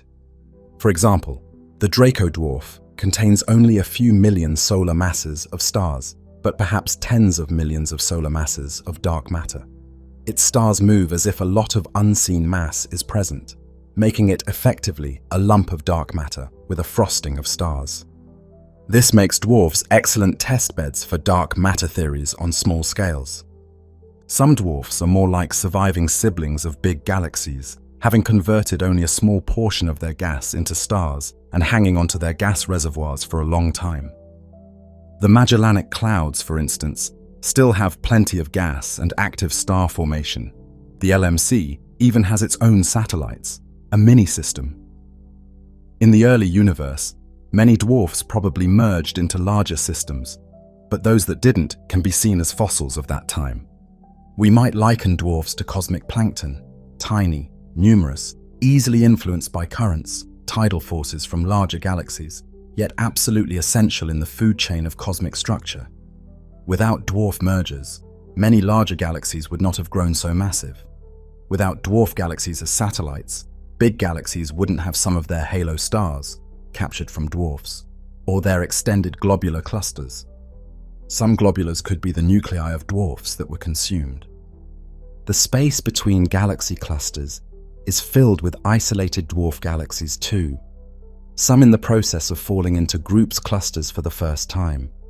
These tend to be gas-rich because nothing removed their gas yet, and are forming stars slowly. Over time, they might either form a few more stars and remain small, or eventually fall into a cluster and get stripped to become an ultra-diffuse cluster member. One fascinating aspect: dwarfs can have difficulty hanging on to not just gas, but also metals. When a star in a tiny galaxy explodes as a supernova, the blast can accelerate gas past the dwarf's escape velocity, blowing heavy elements out into intergalactic space. So many dwarf galaxies have much lower metallicity than larger ones of similar age. They lost more of the metals their stars produced. In this way, dwarfs pollute the intergalactic medium, enriching the cosmic environment with elements that later might be incorporated into other galaxies or proto-galaxies. Thus, dwarfs, though small, play a role in cosmic chemical evolution disproportionate to their size. In our local group, the ongoing accretion of dwarfs by the Milky Way and Andromeda is an example of the galactic cannibalism that likely happened frequently in the past. The halos of large galaxies are essentially graveyards of smaller ones, strewn with their tidally torn debris. We see these as stellar streams in our halo, like the Sagittarius stream, GD1, PAL5 stream, etc. Andromeda too is laced with streams. Each is the remains of a dwarf galaxy or globular cluster consumed and assimilated. Over time, those streams will phase mix into the halo, becoming indistinguishable smears of stars, adding to the smooth halo light. While many dwarfs live as satellites, some are relatively isolated.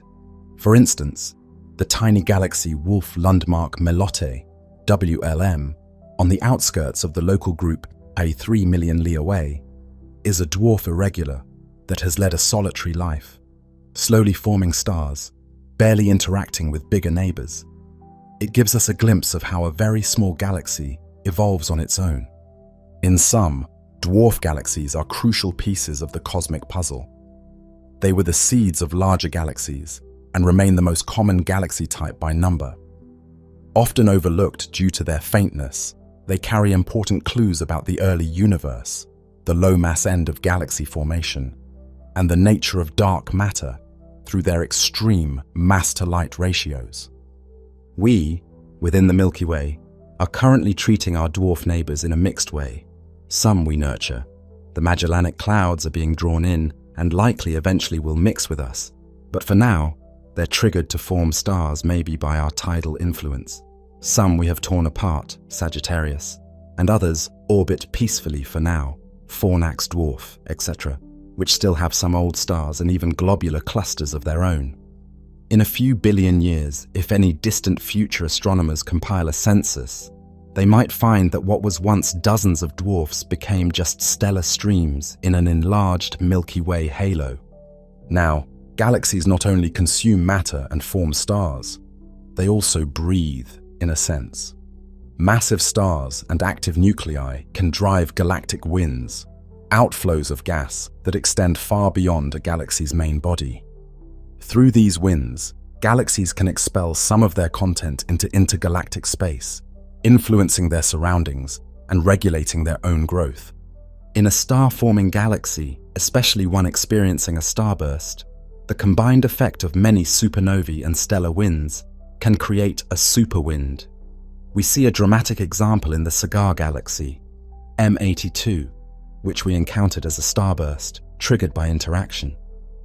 M82 shows twin reddish plumes of gas billowing out perpendicular to its disk. This is a galactic wind. What's happening is that thousands of supernovae from the central starburst have heated and propelled gas outward. This gas, a mix of hot plasma and cooler entrained material, is leaving the galaxy's gravitational grasp. Some of it might fall back later, but much may escape into intergalactic space. Along with gas, metals, carbon, oxygen, etc., are carried out, meaning the galaxy enriches its environment. Galactic winds are crucial in galaxy evolution. They can remove gas that would otherwise form more stars, effectively putting the brakes on star formation, especially in smaller galaxies where the gravity is weaker. It's easier for a wind to evacuate a dwarf galaxy than a giant one. This is one reason dwarfs often have low star formation rates or shut off early. They lost their gas to winds. Even in large galaxies, winds, often aided by an active black hole's energy output, can clear out the central regions and halt star formation there, leading to the kind of gas-free bulges we observe. Winds also disperse the ashes of stellar furnaces, the heavy elements. The intergalactic medium in galaxy clusters is observed to be enriched with iron and other metals, likely supplied by winds from member galaxies' past starbursts and outflows from active nuclei. In the early universe, before clusters existed, proto-galaxies likely blew metals into intergalactic space, seeding the raw primordial gas with heavier elements. So galactic winds are like the breath of galaxies that pollinates the cosmos. Another aspect is that winds can interact with a galaxy's surroundings. In a cluster environment, one galaxy's wind might slam into the intracluster medium, producing shocks. We sometimes observe X-ray or radio features in clusters that correspond to past winds or jets. In the cosmic web filaments, winds from galaxies can spread metals along the filament, enriching gas that might later fall into other galaxies downstream. Our Milky Way has modest outflow activity now, but evidence suggests that it too has or had a galactic wind. Aside from the Fermi bubbles produced by past AGN activity, there's also a structure called the galactic chimney, or the northern chimney, a region above the disk where hot gas from widespread star formation in the past may have vented out of the disk. The halo of our galaxy contains traces of elements that likely came from past outflows. When enough gas is expelled, it can eventually cool and rain back down, a process called a galactic fountain. In some spirals, localized starbursts blow gas out, which later falls back in a gentle drizzle elsewhere, redistributing metals across the disk. The Milky Way's halo gas, detected in UV absorption lines, might partly be fuel that is slowly cooling and returning, or fresh infall from outside, probably a mix of both. All this breathing, outflow and inflow is part of the self-regulation of galaxies. Too much star formation? Winds blow out gas, slowing things. Later, if the galaxy is quiet, it might accrete more gas again from its surroundings, or the expelled gas might cool and fall back, allowing a new cycle of star formation. This feedback loop helps explain why galaxies don't use all their gas at once in a single burst, except perhaps extreme starbursts, which essentially do and then become dormant. In the big picture, galactic winds are one of the mechanisms linking the small scale of stars to the large scale of galaxy groups. They enable material and energy exchange between a galaxy and the intergalactic medium. Through winds, galaxies essentially communicate with the universe, sending out signals in the form of enriched gas and receiving, in turn, sometimes pristine gas later. So we have painted a portrait of a galaxy's internal life. Stars forming and dying, black holes growing and regulating, gas being cycled and sometimes expelled. Galaxies are not closed ecosystems. They interact with their environment gravitationally and through these winds and outflows. Let us now step back to a more distant time, when galaxies and black holes were in their most exuberant phases. In the young universe, quasars and active galactic nuclei were far more common. A quasar, short for quasi-stellar object, is the extremely luminous core of an active galaxy, powered by rapid accretion onto a supermassive black hole. During the peak quasar epoch, roughly 10 to 12 billion years ago, many forming galaxies shone as intensely bright quasars, visible clear across the universe. Quasars are among the brightest objects in existence. Some radiate the power of trillions of suns from a region no larger than our solar system. The nearest quasar to us, for instance, is dozens of times farther than Andromeda, yet can be seen in modest telescopes as a faint star-like point. And more distant quasars, whose light began traveling to us when the universe was only a billion years old, are detectable because of that immense luminosity.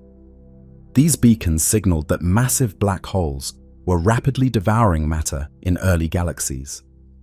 Often, quasars are associated with disturbed, merging galaxies, hinting that a collision funneled gas into the nucleus. The incredible output of a quasar is multi-wavelength, visible light, ultraviolet, X-rays, infrared. The accretion disk emits a broad spectrum. Quasars also often produce jets that emit radio waves. Some of the first quasars were discovered via radio surveys. Observationally, a quasar appears star-like, hence quasi-stellar, because at tens of billions of light-years, the host galaxy's extended light is too faint to see. Only the brilliant core registers. It was through spectroscopy that astronomers in the 1960s realized these star-like objects had enormous redshifts, implying they were incredibly distant and thus incredibly luminous to be visible at all. That realization expanded our understanding of both galaxies and black holes, revealing that some galaxies in the distant past went through a quasar phase.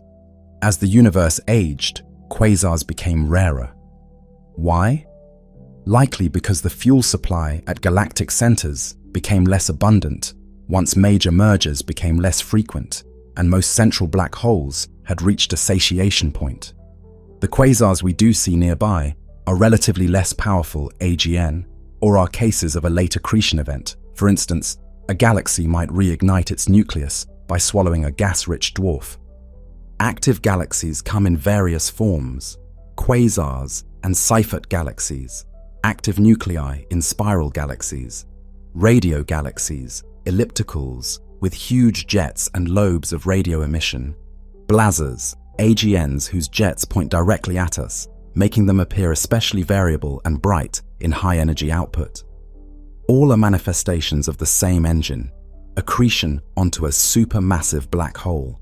The differences are often in orientation and scale.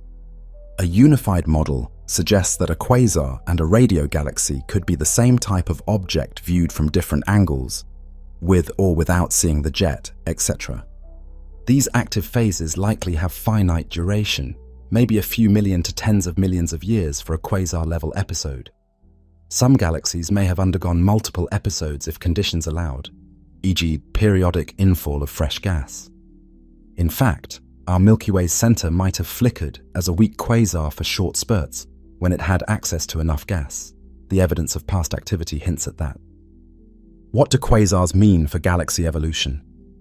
As discussed, they are an extreme form of AGN feedback.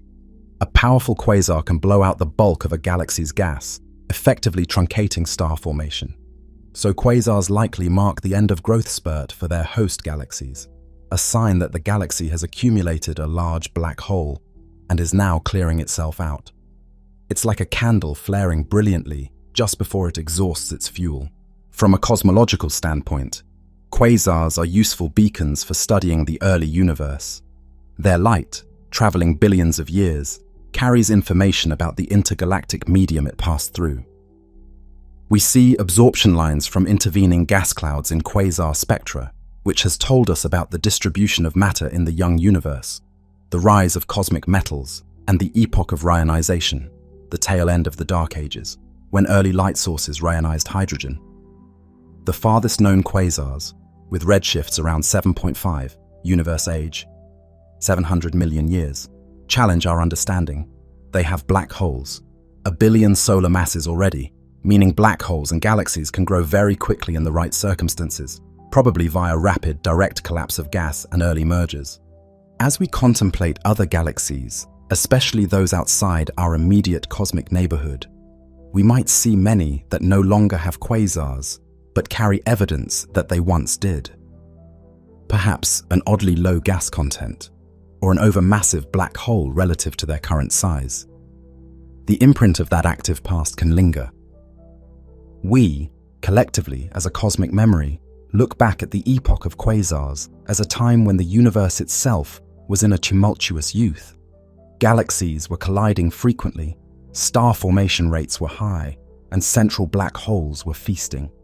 It was a mysterious, energetic, almost violent phase, yet also one that seeded the calmer cosmos we inhabit now.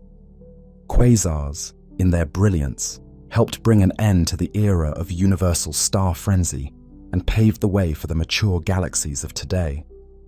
Now we shift focus to how we know all this, how we observe galaxies across light and time.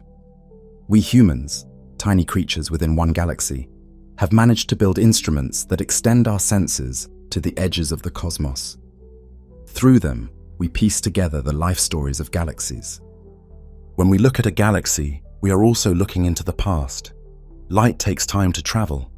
When you see Andromeda tonight, you view it as it was, 2.5 million years ago, when early hominins on Earth might have just begun using stone tools. The farthest galaxies we observe appear to us as they were mere hundreds of millions of years after the Big Bang. Thus, astronomy is like time travel by vision. By observing more and more distant galaxies, we essentially watch the cosmic movie in reverse. Nearby galaxies show the present frame, far galaxies show earlier frames. Our primary tools are telescopes that capture different wavelengths of light because galaxies emit or absorb across the spectrum. With optical telescopes like the Hubble Space Telescope or large ground-based observatories, we see the stars and star clusters, the shapes of galaxies, and sites of active star formation outlined in high emission. Infrared telescopes, like the Spitzer Space Telescope and now the James Webb Space Telescope, can see through dust to reveal stars and structures hidden in dusty regions, such as the Milky Way's center or star-forming molecular clouds. Infrared also picks up the glow of cooler, older stars that dominate galaxies like ellipticals, and it can detect redshifted light from very distant galaxies that has been stretched into infrared wavelengths by the expansion of the universe. Ultraviolet telescopes, like galaxies, highlight the most massive young stars and thus pinpoint where star formation is happening in a galaxy. X-ray observatories, Chandra, XMM Newton, see the high-energy processes, accreting black holes in AGN, shining in X-rays, and hot gas in clusters or galaxies. Radio telescopes map cold gas, notably the 21 centimeter line of neutral hydrogen, and also synchrotron emission from relativistic electrons in magnetic fields, tracing things like jets and supernova remnants. Each wavelength adds a layer to our understanding. For example, optical images of a spiral might show a pretty pattern of arms and some dark dust lanes, but a radio map of the same galaxy might reveal huge spiral extensions of hydrogen gas beyond the visible disk, perhaps warps or streams connecting to neighbors. Ultraviolet might show that the outer disk has clumps of young stars beyond where optical light seemingly ends. Infrared might unveil a barred structure in the core invisible in optical due to dust. It's like examining an organism under different types of light to see different components, bones with X-rays, heat with infrared, etc. One of the most powerful techniques in observing galaxies has been spectroscopy. By dispersing a galaxy's light through a prism or grating, we see spectral lines, signatures of elements in stars or gas. From these, we measure velocities via Doppler shifts. We can thus gauge how fast parts of a galaxy rotate, leading to those rotation curves for dark matter studies. We can measure how fast galaxies themselves move relative to us, the redshift, which in the context of universal expansion tells us their distance. Spectra also reveal chemical abundances, e.g., the strength of certain lines indicates how much heavy elements the gas has. Thus we know, for instance, that dwarf galaxies typically have low metallicities compared to large galaxies. Combining imaging and spectroscopy across wavelengths, we have developed a fairly complete medical chart for galaxies. Their masses, their compositions, their star formation rates, their temperatures, color indices or spectra, their environments, and so forth. With that, we infer their histories. We owe much to telescopes like Hubble for visualizing the distant universe. The Hubble Deep Field in 1995, for example, was a long exposure on a tiny patch of apparently empty sky. The resulting image revealed thousands of faraway galaxies of all shapes and colors. A cosmic scrapbook of galaxy evolution. We saw tiny blue galaxies, probably distant irregulars or spirals in their star-forming prime. Larger reddish galaxies, perhaps already formed ellipticals in the background. Odd interacting pairs, chain-like clumpy galaxies, etc. This one picture revolutionized our appreciation of how many galaxies are out there, an estimated hundreds of billions in the observable universe, and gave a snapshot of galaxies billions of years ago. Recently, the James Webb Space Telescope, with its infrared vision, has begun to see even further back, identifying candidate galaxies at redshifts above 10, within 500 million years of the Big Bang. These are extremely faint, and often just red smudges or dots even to Webb. But their existence is exciting. They might be among the first generations of larger structures. Some have unusually high brightness or masses, prompting astronomers to recheck how quickly galaxies could have grown. Webb's early data hints that some galaxies got big surprisingly fast, which could challenge or refine our models of early star formation and dark matter collapse. Gravitational lensing has been another boon. Massive clusters can magnify and stretch the images of background galaxies behind them. With lensing, we have observed galaxies that would normally be too faint or small. For example, the galaxy dubbed Earendel, after a Tolkienian name meaning morning star, was detected by Webb. It's a highly magnified image of what might be a single star or star cluster in a galaxy 12.9 billion years in the past, magnified by a factor of thousands by a foreground cluster's lensing. Likewise, Hubble found the most distant galaxy known, GNZ 11 at redshift HUT 11, via deep field imaging and spectroscopic confirmation, capturing it thanks to its relative brightness, possibly enhanced by lensing or an inherent starburst. The observable universe is limited, but within that horizon, our instruments have reached remarkably far. The edge of what we can see is basically defined by the faint afterglow of the Big Bang, the cosmic microwave background, at redshift L1100.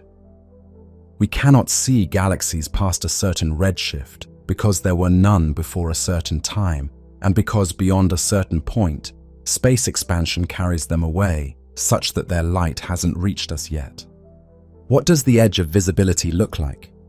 As discussed, the farthest confirmed galaxies and quasars are around redshift 7 to 10, the universe 500 million to 700 million years old.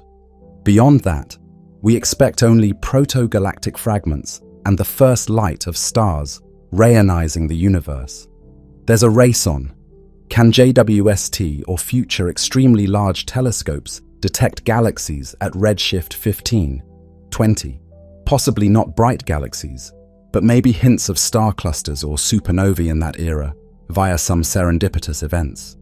With each improvement in technology, larger telescopes, better detectors, new wavelength windows opened, we peel another layer of the universe's story. In the coming decades, New observatories like the Rubin Observatory for optical surveys, the Roman Space Telescope, infrared wide field, great for finding early galaxies via lensing surveys, ELTs, extremely large telescopes, 30-40 mils class on the ground, and maybe one day missions like LUVOIR or HABEX could allow us to map out even more of the universe's galaxies and even take spectra of extremely distant faint smudges to definitively gauge their ages and compositions. In doing this, we must preserve humility. We see snapshots, and from snapshots, we reconstruct narratives. Sometimes a galaxy can trick us. Two galaxies superposed can look like one odd one, or a transient event can make a galaxy seem more luminous. But overall, the consistency of evidence gives us confidence in the broad strokes of cosmic history we've outlined. Our viewpoint from inside the Milky Way is both a blessing and a curse. Curse in that dust and our position make mapping our own galaxy challenging. We did not even know the Milky Way's spiral structure well until the mid-20th century. But blessing in that, we have a ringside seat to a galaxy's internal details. We can study individual stars in galaxies, at least our own and near neighbors, which is impossible in far galaxies. Thus, we use the Milky Way as a template to understand certain fine-grained physics and external galaxies to place the Milky Way in context. We see that our galaxy is just one of a vast population, typical in some ways, perhaps a bit above average in mass, but certainly not unique except to us. Using light as our messenger and time machine, we have observed galaxies through 13+ billion years of cosmic evolution. We've catalogued their variety and, in doing so, discovered our own origins.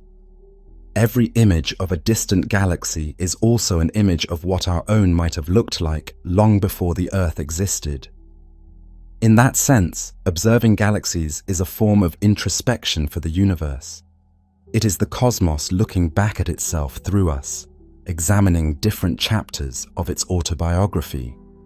As we push the boundaries of observation, we approach the edge of the observable universe. This is the maximum distance from which light has had time to reach us since the Big Bang. It's about 46 billion light years away, not 13.8 billion, because as light traveled, the universe expanded. At that horizon, galaxies, or protogalaxies, are seen at the very dawn of cosmic time, if at all. Beyond it, light from any object is still en route and won't arrive until the future, or, if beyond the event horizon set by accelerated expansion, perhaps never. Already, at redshifts around 1011, we observe galaxies that are basically at the limit of current capabilities. They appear as tiny red dots. Their light has been traveling 13.3 billion years. Those galaxies likely are small and just forming their first batches of stars. They might eventually merge to become larger galaxies later. We are seeing them in embryonic form. At slightly higher redshifts, 15 or 20, any stars or clusters might be even younger. Possibly we're talking about the first sizable star clusters forming, each perhaps too faint individually for us to see without extreme lensing help. Eventually, as we near redshift 1000, we hit the surface of last scattering. Before that, the universe was opaque plasma, so no direct photons can come to us from earlier times. Except neutrinos or gravitational waves potentially, but that's another story. So we have a cosmic photo album that starts around the birth of visible galaxies and continues to the present. What lies beyond our observable universe? Likely more of the same cosmic web, galaxies and voids extending indefinitely, or at least to some huge extent. But that region is forever inaccessible to us due to the finite speed of light and cosmic expansion. In a sense, those unobservable galaxies are like ghosts, real, but we will never see their light. It's strange to think that the universe could be vastly larger than what we can observe, containing countless galaxies forever beyond our horizon. However, within our horizon, we have what appears to be a fair sample of the universe's contents. The distribution of galaxies and their properties seem uniform on large scales. The cosmological principle, no special spot. so likely the observable portion is representative of the whole. We can, with some confidence, generalize that galaxies exist everywhere in similar ways. As time marches on, the edge of our observable universe moves outward.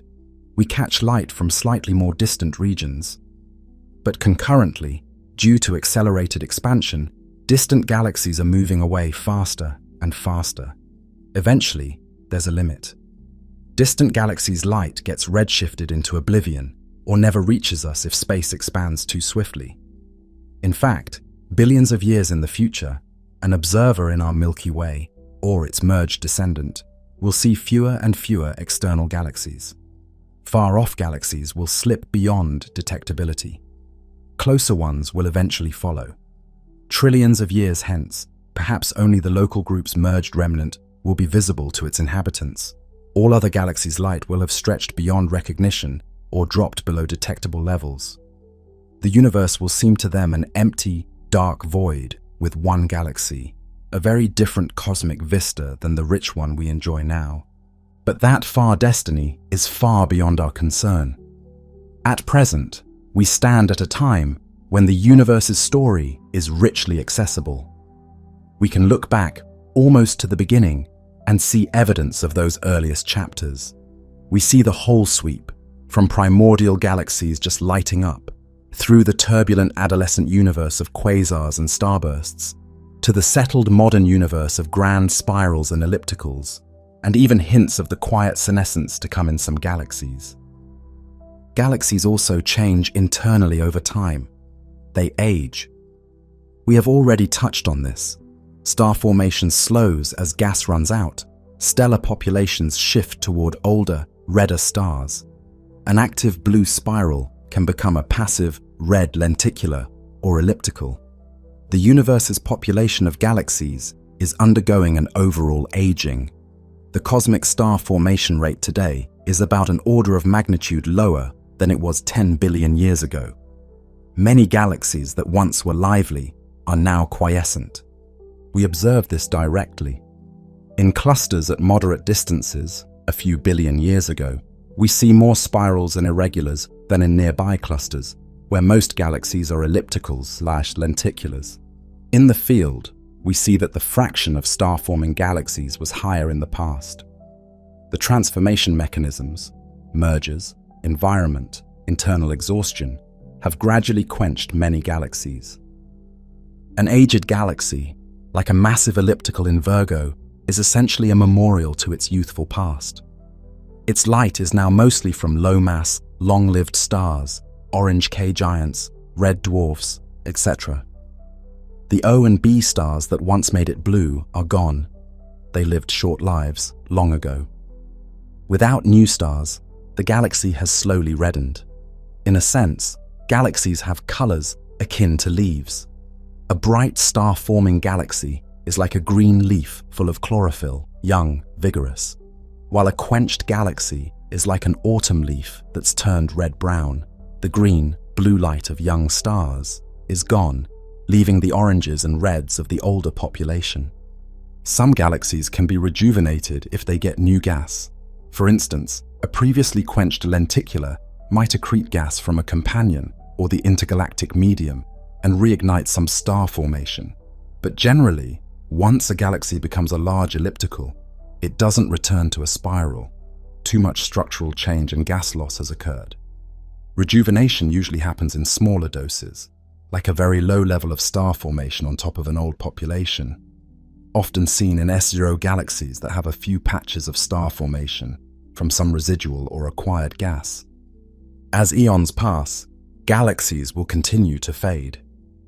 One can extrapolate, in about 100 billion years, with no major external influences, the Milky Way, if it hadn't merged with Andromeda, hypothetically, would use up much of its gas and form mostly red dwarfs. The bright blue stars it has now will be long gone. Even the Sun will be a white dwarf by then. The galaxy's luminosity would decline. Low-mass stars can burn for extremely long times, trillions of years for the smallest red dwarfs, so the galaxy would never go completely dark in the foreseeable future. but it would become very faint and mainly infrared, since red dwarfs emit in red IR. Planets and remnants might still orbit quietly, but the grand star formation nebulae and massive clusters would be distant memories. A truly old galaxy would be a sparse collection of slow-burning embers. Imagine, trillions of years hence, a lone red dwarf civilization looking out at a night sky where maybe only red and orange stars speckle the heavens and no Milky Way band, because the bright contributors to it have died out. That's a far extrapolation, but it is where aging leads. However, interactions can reset the clock for some galaxies. The Milky Way, for example, will merge with Andromeda and likely spark a wave of new star formation as gas clouds slam together, thus temporarily making a new blue generation of stars before settling down to red retirement. So galaxies can have multiple epochs of youth in a way, e.g., after a quiet period, a merger can make them briefly young again in terms of star content. These cycles complicate a straightforward age narrative, but overall, as the universe's expansion dilutes fresh infall and as available unmerged galaxies dwindle, rejuvenations will become rarer. Eventually, most star formation will wind down everywhere. In the present, we still see a mixture. Some galaxies are in their vigorous star-forming phase, especially many smaller ones and some big ones like grand design spirals. Others have already quieted down. This mix is part of the so-called galaxy bimodality. The cosmic population tends to split into blue star-forming galaxies and red quiescent galaxies, with fewer in between. This tells us that the transition, blue to red, can be relatively rapid on cosmic timescales, a few 100 million years perhaps to quench a galaxy via a merger or other means. Thus, a galaxy might spend a few billion years actively forming stars, then, after a quenching event, fade to red and spend tens of billions of years in that state. While galaxies change, the universe around them changes too. Expansion continues, and the balance between gravity and expansion determines whether structures grow or not. Currently, we are in a phase where expansion wins on the largest scales, so the cosmic web is sort of frozen beyond supercluster scales, and within those scales, gravity still slowly merges galaxies within bound groups/clusters.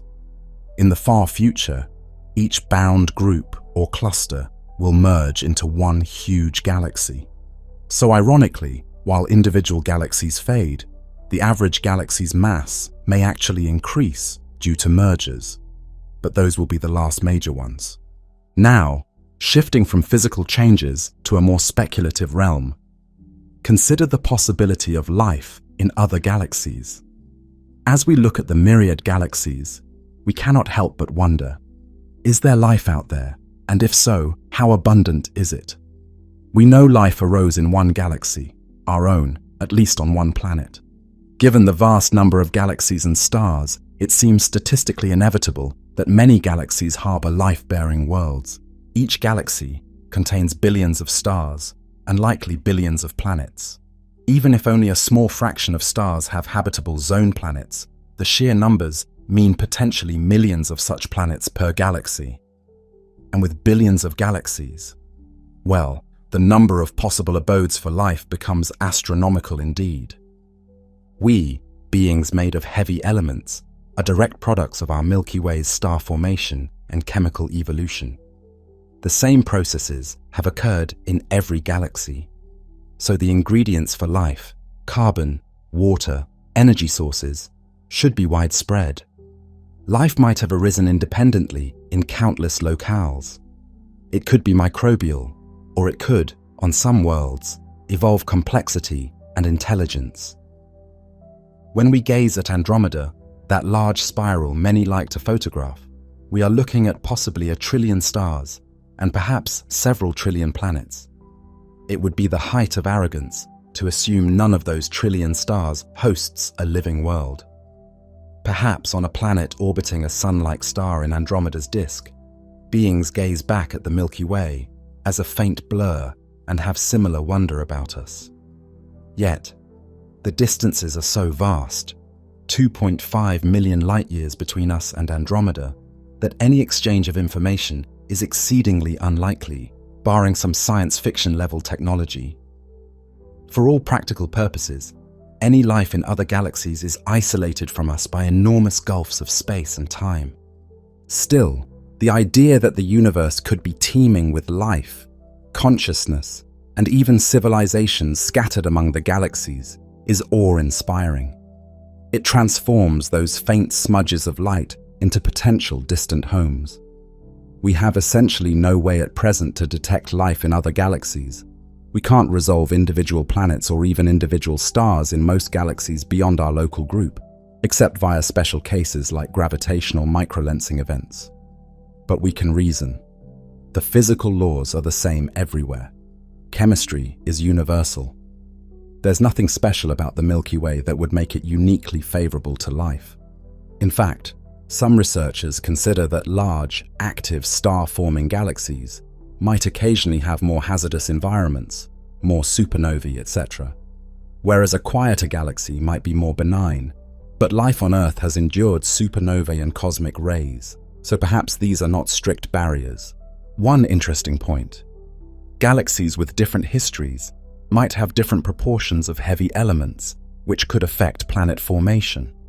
Very metal-poor galaxies, like some dwarfs, might have fewer solid planets because heavy elements form the cores of terrestrial planets. The early universe's galaxies likely had only gas giants, if any planets at all, until first generations of stars produced enough metals. Now, in the modern universe, most large galaxies have enough metals for abundant rocky planets. So life's probability might have increased over time as the universe became more enriched. That suggests the universe may be more life-friendly now, at age 13.8 billion years, than it was at, say, age 2 billion years, simply because more chemical raw materials for life, like phosphorus, which comes from stars, or oxygen for water, etc., are available and planets are more common. If life is widespread, what does it mean for the cosmos? It means the universe has, in a sense, a way to know itself in many places. We on Earth are one small voice, but imagine countless others in distant galaxies, each observing their sky, maybe developing science, maybe sending out signals that will never reach another galaxy because of distance, but still, they exist. The universe could be filled with such points of light, intellectual light, one might say, each unaware of the others because of the enormous separations. It's a bit poignant. The universe could be bursting with life and intelligence, yet each island galaxy is mostly isolated, separated by oceans of space that likely cannot be crossed with communication or travel given known physics. It's as if each galaxy is its own closed ecosystem of life. If that's the case, then our efforts to find extraterrestrial intelligence might only succeed within our own galaxy, listening for signals, or perhaps one day sending probes to nearby stars. Contact with any intelligence in another galaxy is far beyond any realistic scenario. Signals would take millions of years, even if they were intentionally directed, which they likely wouldn't be, as there's no way for them to know we're here. So in practice, each galaxy's life forms must live out their existence without knowing for sure if they are alone in their galaxy, and certainly without direct contact with other galaxies' life forms. Nonetheless, just knowing that life likely exists out there can change our perspective. We can look at a galaxy cluster and imagine it may host billions of biospheres. It adds emotional depth to those points of light. It also humbles us. We are one tiny form of life on one planet, around one star out of 100 billion in one galaxy among billions. It's the ultimate Copernican extension. Not only is Earth not the center of the universe, our galaxy isn't either, and life, if common, is not centered on us. And if, by some chance, life is extremely rare, if it turns out Earth is one of very few cradles of life, then the burden on us is immense. We carry the flame of consciousness for the cosmos, perhaps a flame that flickers only in a few places. That would make the universe a lonelier place, and our role all the more significant, to cherish and propagate life and consciousness. Either way, the mere possibility of life throughout the galaxies casts the cosmos in a new light, a possibly living cosmos, or at least a cosmos with many oases of life. After contemplating these sweeping themes, the birth and death of galaxies, the rise of stars and possible life, we return to the personal perspective. We live inside a galaxy. What does that mean? It means when we look up at the night sky, we are looking through the lens of our galaxy's stars. All the starry sky we see is part of the Milky Way, except a few smudges, like Andromeda. It means the story of the Milky Way is our story. For a long time, humanity didn't know that those spiral nebulae out there were other galaxies. Only in the 1920s did Edwin Hubble and others prove that the Andromeda Nebula was far outside the Milky Way, settling the great debate and expanding our known universe enormously. Since then, our perspective has changed from thinking the Milky Way was essentially the universe to realizing it's one of countless universes within the universe. This awareness that we inhabit a galaxy among many is one of the profound intellectual revolutions of the 20th century. So, to live inside a galaxy is to know that the universe is much larger than our home. The Milky Way is immense on a human scale. 100,000 light-years is far beyond direct comprehension. Yet we know now it's just one disk among billions strewn through space. That can make one feel small, but also connected to a grander existence. We know our galaxy's place in the cosmic web, on the outskirts of Laniakea supercluster. We know its future, merger with Andromeda, eventual fade-out. We've pieced together its past, formation from smaller pieces, multiple bursts of star formation, perhaps a barred spiral structure forming later on. Thus, we have context for our own existence. We're not adrift without a cosmic address. We can say we reside in the solar system, which orbits in the Orion arm of the Milky Way, which along with Andromeda and others forms the local group, on a filament at the edge of the Virgo supercluster. When the cosmos is remembering itself, part of that memory is our emergent understanding of our coordinates in space and time. We've learned that heavy elements in our bodies were forged in the Milky Way's previous generations of stars. Effectively, we are children of the Milky Way. In a poetic sense, the galaxy made us, and now through our eyes and minds, it has become aware of itself.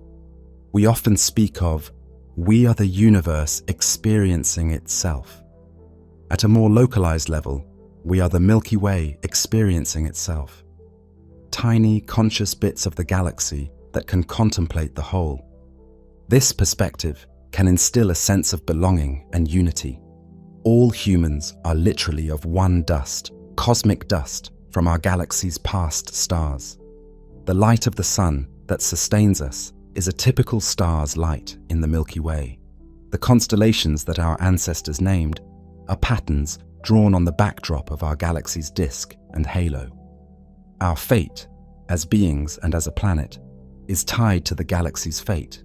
If, say, a supernova goes off close by, or the galaxy's nucleus had a dangerous flare, it could affect Earth's biosphere. Conversely, what we do on Earth has negligible effect on the galaxy at large. We're too small. Except perhaps one day, life from Earth might spread to other star systems, and thus the galaxy would have a new phenomenon. Interstellar life, a kind of galactic ecosystem spanning multiple stars, originated by us. That remains science fiction for now, but in principle, a galaxy hosting a spacefaring civilization might see life expanding within it, in a way seeding parts of itself with purpose. To live inside a galaxy also encourages a cosmic perspective that can be spiritually significant to many. When we see pictures of billions of galaxies and realize each is full of wonders, it can make everyday problems feel smaller and inspire a sense of unity with the cosmos. Many astronauts report a profound shift in consciousness the overview effect, when seeing Earth from space, a fragile ball in the vastness. Multiply that to seeing the Milky Way from an outside vantage, which we can only simulate in our minds. One would see our galaxy as a spiral among others, and Earth an invisible speck. This could foster a deep sense of the preciousness of our world and the absurdity of human divisions. We are all riding this great galactic spiral together. In a very literal sense, our lives are bounded by the galaxy.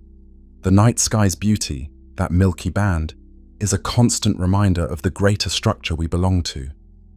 We can't easily travel outside the galaxy. It would take an unrealistically long time with current or foreseeable technology to reach intergalactic space, so we will likely remain an intragalactic species for eons, if not forever. Our voyages will be between stars, not between galaxies, unless some exotic breakthrough in physics occurs. But that's fine. The Milky Way has plenty to offer. Think of the diversity within one galaxy. We have regions densely packed with stars, like globular clusters where skies are awash with starlight. Regions almost empty, like the far outskirts where a star's nearest neighbor might be tens of light years away, a dark, lonely void. We have neutron stars, black holes, planets, comets, nebulae, bright blue giants, tiny red dwarfs, an entire zoo of cosmic objects, all bound by the common gravity of our galaxy. We have the relics of ancient history, old stars with virtually no metals, nearly as old as the universe, and the promise of the future, protostars in dusty cocoons that will light up soon. We have cataclysms, supernovae occasionally lighting up. The last seen in our galaxy was over 400 years ago, but surely more have occurred hidden by dust or on the far side. And we have gentle stability. Our sun has been shining steadily for billions of years in a fairly calm part of the galaxy. When we consider everything, to live inside a galaxy is perhaps the most profound scientific realization we have. It situates us in the vastness. It invites us to think on scales far beyond the human, and yet to marvel that our minds can do so. We have used mathematics and physics, products of human thought, to decipher the workings of the entire galaxy we live in and beyond. In doing so, we, who emerged from this galaxy's stardust, have closed a loop. The galaxy has given rise to beings who can, in a way, know the galaxy. Now our journey nears its end. We have traversed from the darkness before galaxies to the emergence of the first islands of light. We examined the anatomy of galaxies, their varieties and inner workings. We followed their life cycles and large-scale patterns. We pondered the interplay of stars and black holes, the webs that bind them, the winds that carry their essence outward. We imagined the presence of life within them and our own place on one tiny world, circling one average star in the Milky Way. It has been a vast journey, outward and inward at once. Let us end with a moment of cosmic contemplation.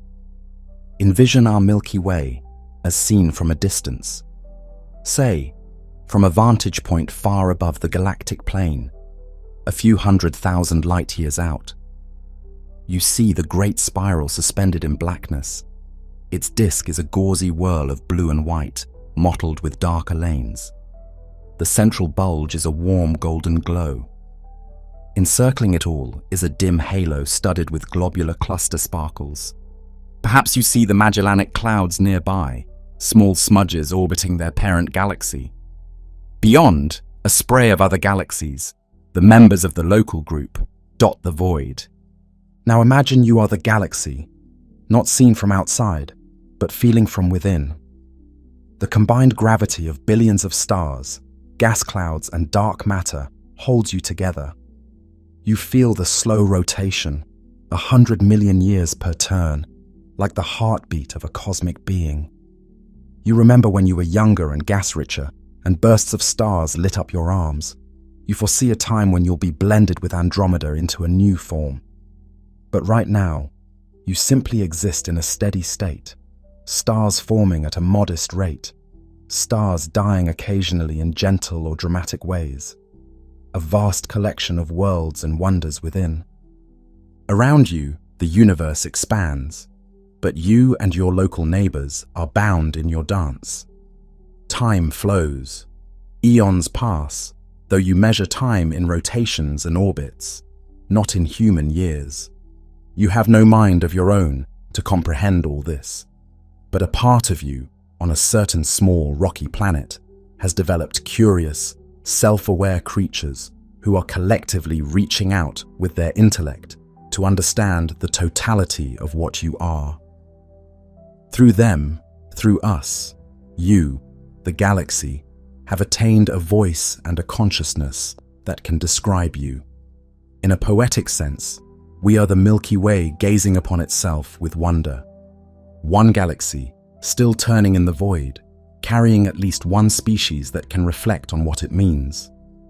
Multiply that by billions for all the other galaxies, and we sense a cosmos, perhaps filled with meaning, or at least ripe for it.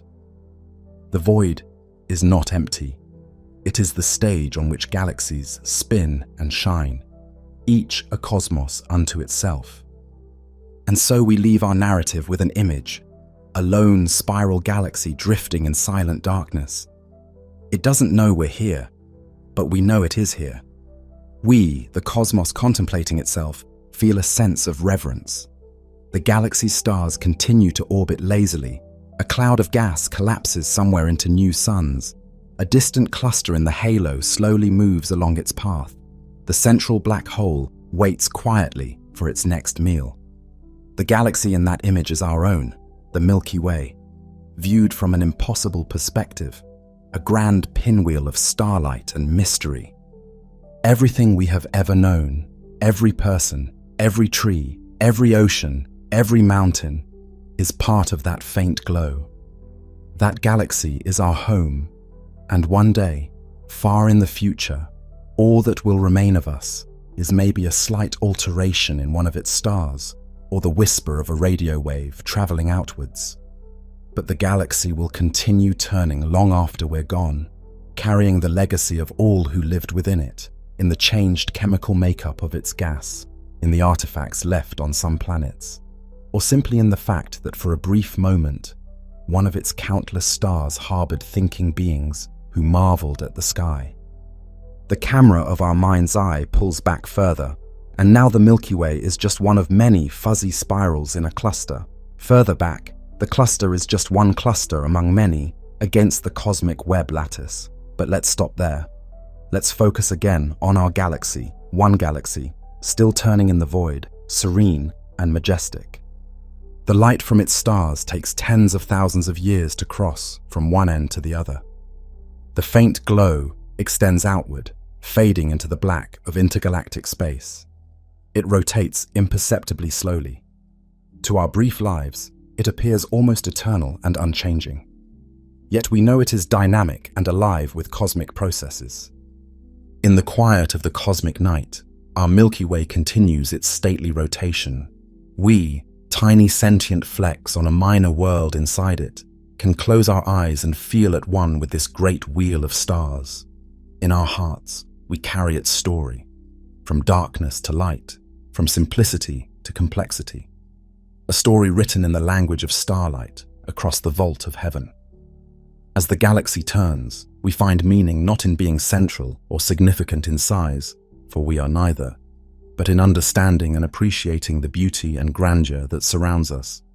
This is our galaxy, our home, one of billions, yes, but uniquely ours at this place and time. It drifts through the cosmic night, still illuminated by the myriad fires within, still creating new light. A part of the cosmos that once was dark has become light and aware. And as we conclude our long journey, we can step outside under the real night sky. The Milky Way arcs above, for those fortunate to have dark skies, a spectral veil of our galaxy seen from within. Every point of that veil is a star, many perhaps with planets, some maybe with life. We stand here, consciousness emerged from a collection of cosmic particles, looking up and out. We feel the whisper of the galaxy's ancient memory in that band of light, and we whisper back our understanding into the silence. In that exchange, the galaxy's light entering our eyes and our minds decoding its story. The cosmos remembers itself. We close with that image of the great spiral, turning silently, carrying the echoes of its formation and the faint songs of whatever lives it has fostered. One galaxy, among countless others, continuing its journey through the dark. A wheel of fortune, a wheel of stars, forever spinning, forever moving, and in its own way, perhaps, forever knowing, through the living beings that arise and gaze out from within. The lights dim on our narrative, but overhead the stars of the Milky Way still shine. The story of the galaxies goes on, and we have been part of it. We are part of it, forever connected to the universe that made us. The spiral turns in the cosmic night, and we turn with it, children of the galaxies, awake and full of wonder. We float in the darkness between stars, a small collective of minds gazing up in wonder. We stand under the night sky, awash in starlight that left its sources millions of years ago. Above us arcs the Milky Way, a pale river of stars flowing across the heavens. In its gentle glow, we feel both tiny and profoundly connected. We know that each pinpoint of light is a sun like our own, burning with the same kind of fire. The iron in our blood was forged in such stars long ago. The gentle silver glow of the galaxy reminds us we are made of this universe. We have always been children of the stars, built from their dust, shaped by the physical laws that govern everything we see. The cosmos is vast and old, yet it obeys the same simple truths everywhere. The same chemistry that lets us breathe traces across the spectrum of distant suns. The same gravity that pulls an apple to Earth binds the swirling arms of distant galaxies. There is an eerie harmony to it all, as if the universe knows how to stay consistent with itself. We share this cosmic stage with countless stars and at least as many questions. On a clear night, as we peer into the depths, we find order amid the chaos. Galaxies dance in clusters, bound by gravity's invisible web. Stars live and die, spreading heavy elements that will become new stars, planets, maybe life. There are fundamental numbers, the strengths of forces, the masses of particles, the speed of light, that seem precisely tuned to weave this cosmic tapestry. If the forces of nature were only slightly different, perhaps atoms could not hold together, or stars could not shine long enough for life to arise. But here we are, in a universe that lasts billions of years, with stars that furnace the elements of life, and a planet just temperate enough for us to ponder it all. It's a breathtaking balance. In the grand cosmic darkness, the laws of physics serve as a steady beacon, guiding the formation of everything from the smallest atom to the largest galaxy. Our universe appears to be a harmonious whole, governed by elegant rules that we have only begun to decipher. Under this starry dome, it's natural to feel that our universe is complete unto itself. For generations, we've used the word universe to mean all there is, the totality of existence, everything that ever was or will be. We have believed, as Carl Sagan once poetically intoned, that the cosmos is all that is, or ever was, or ever will be. Our ancestors saw the stars as eternal and unchanging lanterns in the firmament. Today we know those lights are distant suns, but we still assume the collection of them, the universe, is the ultimate container of reality.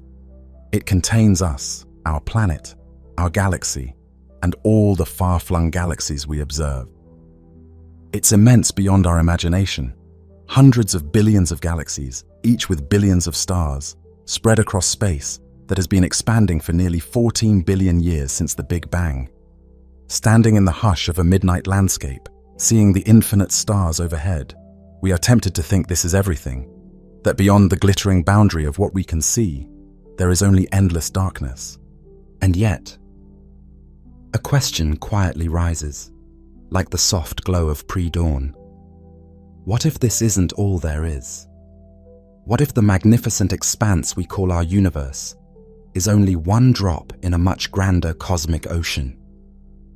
As we let our eyes drift across the sky, we cannot help but wonder. We humans have had to expand our perspective many times before. Once, we thought our Earth was the center of everything, until we learned it is one planet among many orbiting the Sun. Then we thought our Sun was unique, until we found it is one star among billions in the Milky Way. We believed our galaxy to be the entirety of creation, until other galaxies were discovered, filling the universe in every direction. Each time, we've had to surrender a bit of our cosmic self-importance and accept that the universe is bigger and more varied than we knew. Now, a new revolution in thinking may be upon us, the idea that our entire universe might not be the only universe. Perhaps it is we who are in a bubble, one realm among countless others. The word universe, meaning everything, might itself be too limited. What lies beyond everything we know? This is the startling possibility that scientists and philosophers are grappling with in the idea of the multiverse, a multitude of universes, perhaps infinitely many, existing in ways we are only beginning to theorize. It sounds like science fiction, other universes with other stars, maybe even other versions of ourselves. Yet this concept did not arise from idle daydreams. It emerged from deep puzzles in physics and cosmology. As we peer closer at the fundamentals of our universe, its origin, its laws, its quantum underpinnings, we find hints that our cosmos might be just one of a far larger collection. Why is our universe so hospitable to life? Why did it start with just the right conditions for galaxies to form? What happens at the edges of space and time, or inside a black hole? Modern science suggests answers that lead to a profound outlook. Our universe may be one node in an endless cosmic web of universes. For a moment, let's linger on that thought. If true, it would mean when we look up at the night sky, we are not just seeing all that is, but merely our own local neighborhood within an unimaginably vast ensemble. It would mean that beyond the cosmic horizon of 46 billion light-years, beyond the furthest galaxies we can ever see, space might keep going and going, potentially forever.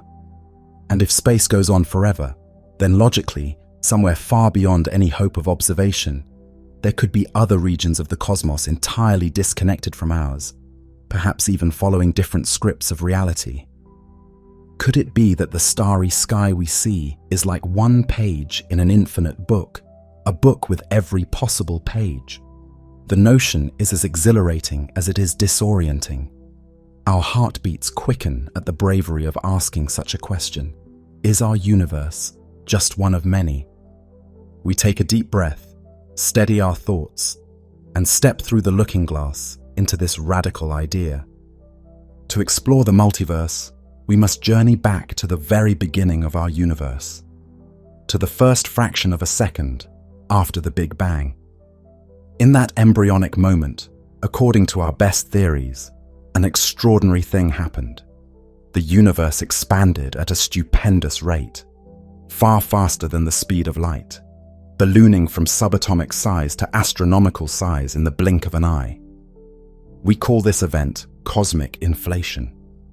It's a powerful idea developed in the 1980s to solve several riddles about the early universe. Why is the cosmic microwave background, the afterglow of the Big Bang, almost the same temperature everywhere we look? Why is space so flat and smooth on large scales? Inflation provides answers.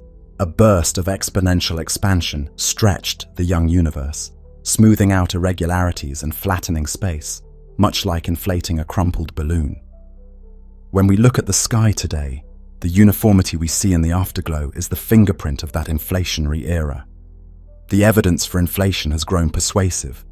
Subtle patterns in the microwave background radiation and the distribution of galaxies align with what inflation predicts. It's not proven beyond all doubt, but most cosmologists have embraced inflation as a key chapter in our cosmic history. Yet inflation, in solving old mysteries, opened a door to an even grander possibility. The very equations that describe inflation imply that it may not have been a one-time event that neatly began and ended everywhere. Instead, inflation could be an ongoing process, still happening in distant regions beyond our view. The idea is called eternal inflation, and it works like this. Quantum fluctuations in the infant universe meant that different parts of space ended inflation at different times. Our entire observable universe is thought to be one pocket, one bubble, where inflation stopped and normal expansion took over, allowing matter to coalesce into galaxies and stars. But elsewhere, beyond our bubble, other regions might still be inflating or have inflated at different rates, budding off their own bubbles of space-time. In this picture, the Big Bang isn't a unique event. It's happening over and over in a vast inflating background. New universes, bubble universes, are constantly being born like foam on the crest of an endless wave. Imagine the multiverse as a great cosmic foam, with bubble universes instead of soap bubbles. Each bubble is a self-contained universe, rushing outward, separated from its siblings by regions of still inflating space that stretch faster than light, preventing the bubbles from easily colliding or interacting, though perhaps occasionally they might, like bubbles bumping in a bath. Our universe would be just one bubble in this frothy sea. Inside our bubble, we see the aftermath of our own Big Bang. We see galaxies flying apart as space expands, but our bubble has an edge beyond which we cannot see or travel. And beyond that edge, more bubbles, more Big Bangs, more universes. Inflation never completely ends. It keeps spawning new universes indefinitely, some perhaps even infinitely far away. This concept transforms the Big Bang from the beginning of everything to the beginning of our local universe, one patch amid an eternally growing mosaic. We find ourselves no longer at the center of the stage, not even the only stage. We are on one island, in an infinite cosmic archipelago. In this scenario, space itself is unimaginably vast, possibly infinite, and carved into domains, bubbles, each a cosmos in its own right. What would those other universes be like? They might be broadly similar to ours or wildly different. Some could be almost empty, inflation ending in them in such a way that few particles condense, barren voids with no galaxies. Others might be dense and violent, collapsing in on themselves or never cooling enough for stars. Crucially, the laws of physics might be different in each bubble. This isn't just speculation. It arises naturally when we combine inflation with another leading theory in physics, string theory. String theory attempts to unify all forces of nature by positing extra dimensions of space and tiny vibrating strings as fundamental ingredients. It's a bold, mathematically rich framework. One striking feature of string theory is that it doesn't predict a single unique outcome for the properties of our universe. Instead, it seems to allow a vast number of possible worlds, each corresponding to a different way the extra dimensions can be curled up or the strings can vibrate. Physicists call this huge range of possibilities the string theory landscape. Estimates suggest there could be on the order of 10 to 500 different self-consistent universes in this landscape. A number so huge, it defies comprehension. That's a 1 followed by 500 zeros, an astronomically large number of possible universes. If string theory's landscape is real, our universe is like a tiny oasis in a desert of possibilities. Why did we get this particular set of physical constants and not another? For decades, scientists hope to find a principle that picks out exactly our universe from the myriad possibilities, some fundamental reason our cosmos had to be the way it is. But so far, no such principle has been found. Instead, an idea gained traction. Maybe all those possible universes exist somewhere in the multiverse, and we find ourselves in this one because, out of the spectrum of possibilities, this is one of the rare universes where conditions allow observers like us to arise. This line of thinking is known as the anthropic principle, specifically applied to the multiverse. It says, consider that we can observe this universe. That simple fact biases what kind of universe we should expect to observe. We couldn't exist in a universe where, say, gravity was so strong that the universe collapsed in a second, or so weak that no stars formed. We couldn't marvel at the stars in a universe with no stars. So perhaps there are countless universes with varied physical constants, and naturally, we find ourselves in one of the Goldilocks universes. Not too hostile, not too sterile, but just right for life.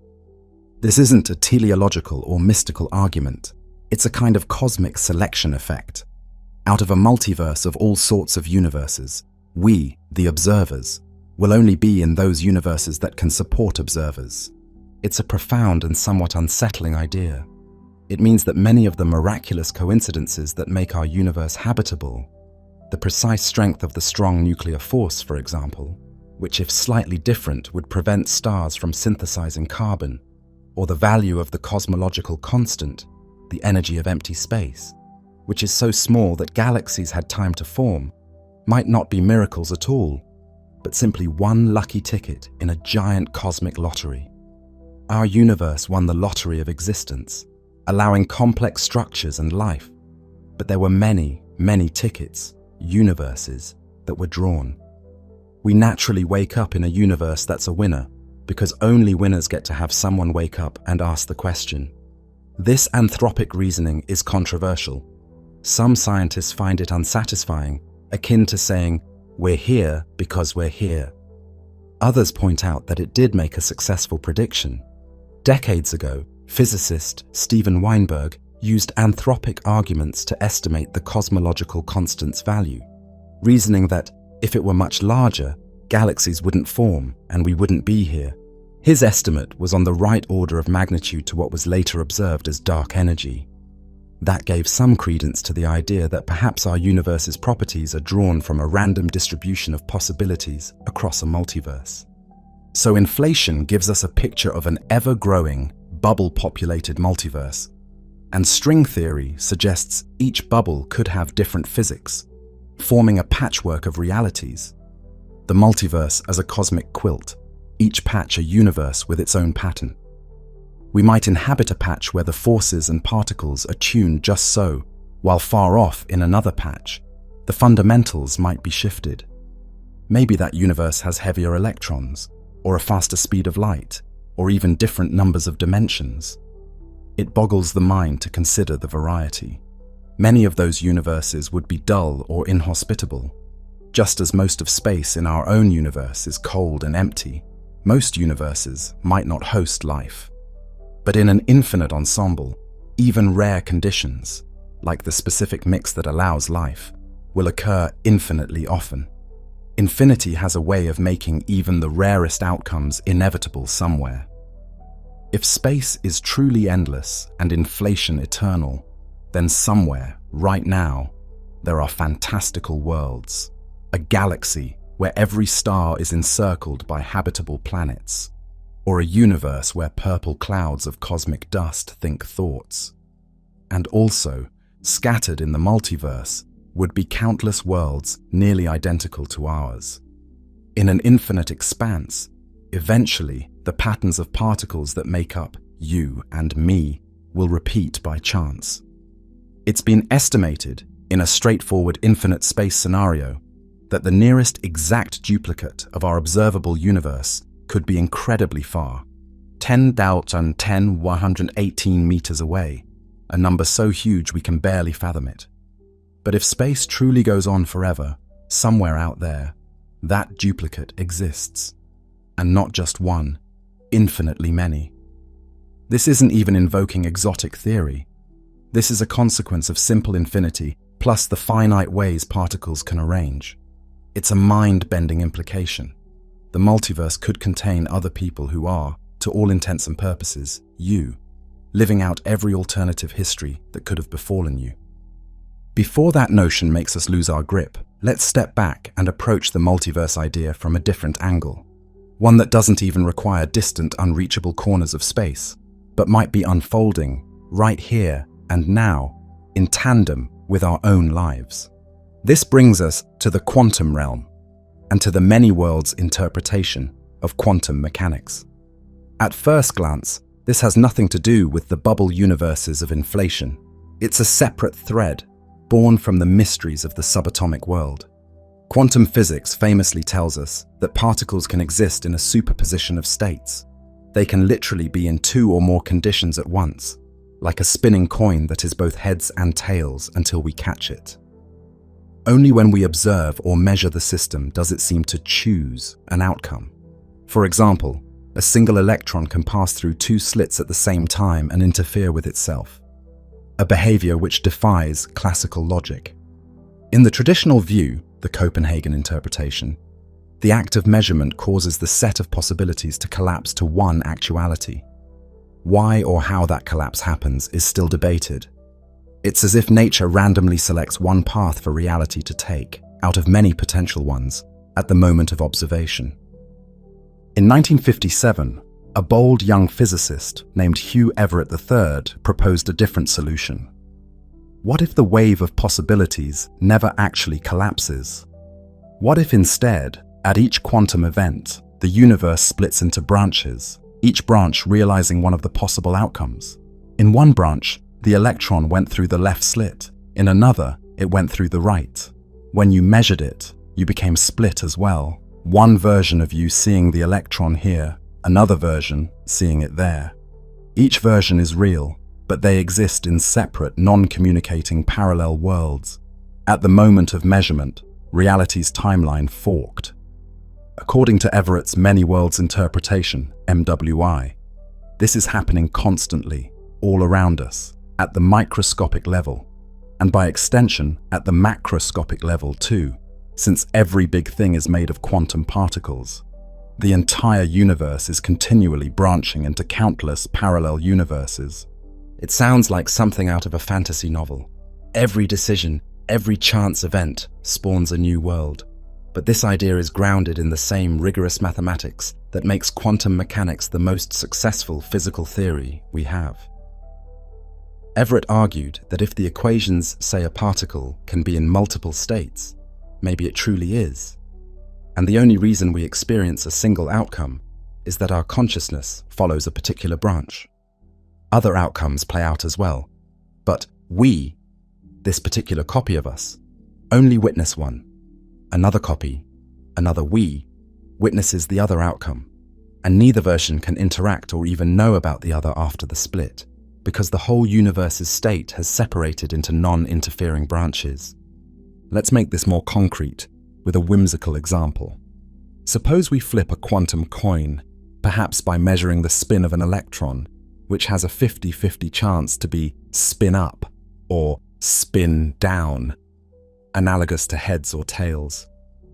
According to many worlds, when we check the result, the universe bifurcates. In one universe, we see the coin come up heads. In another universe, we see it as tails. In that moment, two versions of us emerge, each unaware of the other, each continuing forward, believing that our coin toss gave a definitive result. It didn't feel like a split.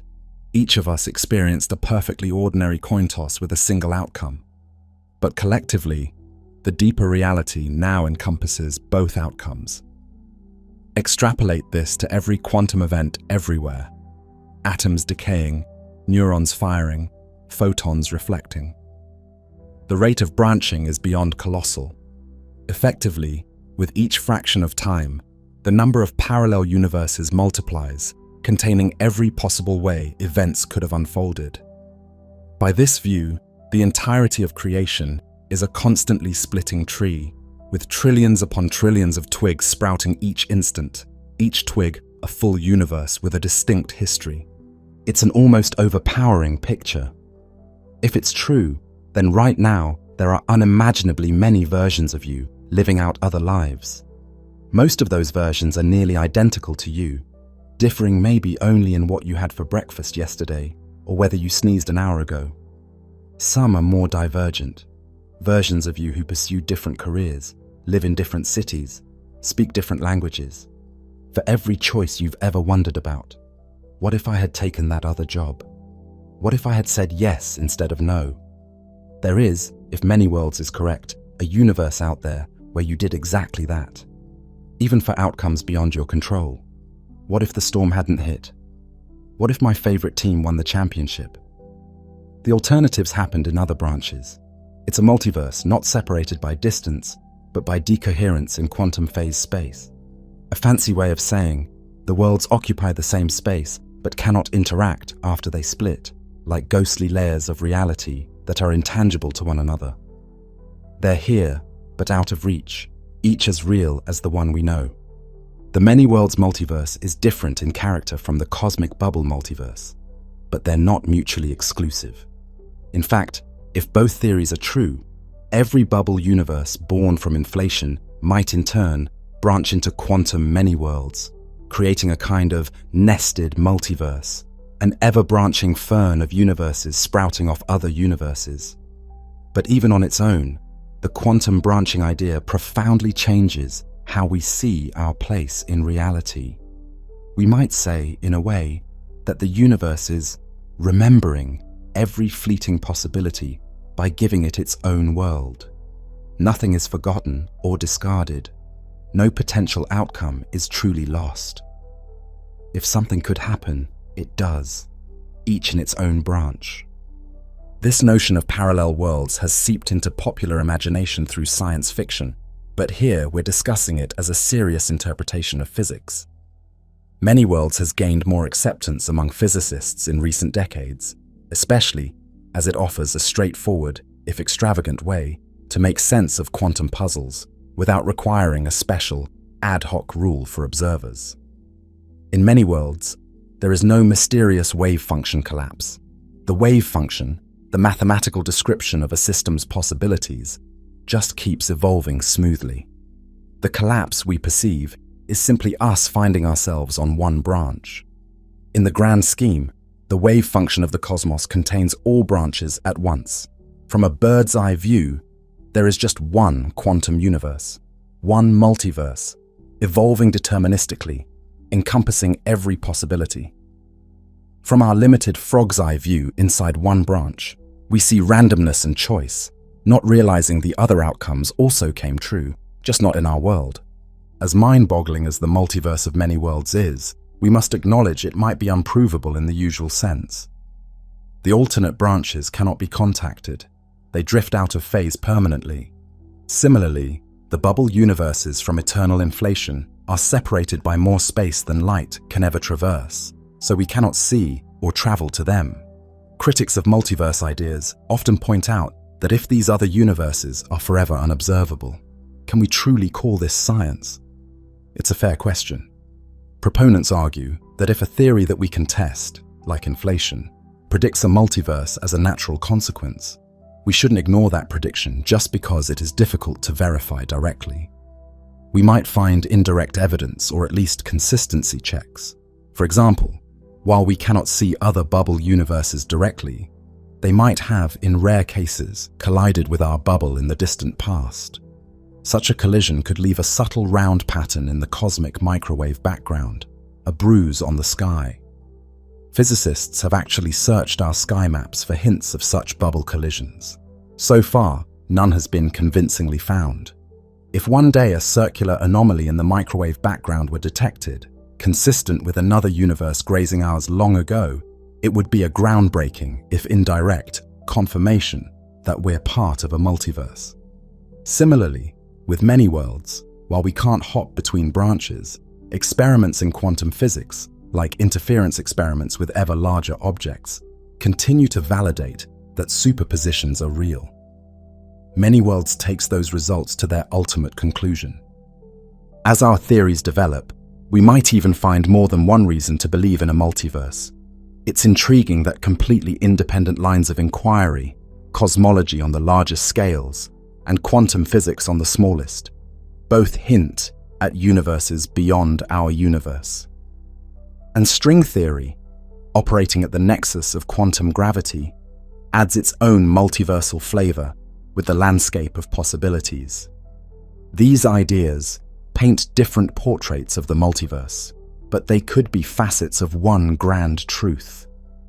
Perhaps our reality has layers, the vast physical multiverse of regions beyond our view, sometimes categorized by physicists as Level 1 and Level 2 multiverses, with Level 1 being just an extension of our space, and Level 2 being different bubbles with different constants. the quantum multiverse of branching outcomes, level 3 in one classification scheme, and even the ultimate abstract multiverse of all possible mathematical structures, level 4 in that scheme. That last one, the level 4 multiverse, is a conjecture by cosmologist Max Tegmark that every self-consistent set of laws, every mathematical structure that could describe a universe, is realized as its own universe. In such an ultimate multiverse, not only are constants different, but the very laws and fundamentals could differ. Universes with different numbers of dimensions, or entirely different particles, or physics beyond our imagining. It's a speculative idea, bordering on philosophy. In the realm of all possibility, nothing is forbidden. If such a level 4 multiverse exists, our bubble of a universe is just one equation in the library of all equations. We mention this cosmic vision to acknowledge how far the multiverse concept can go. It's the broadest possible extension.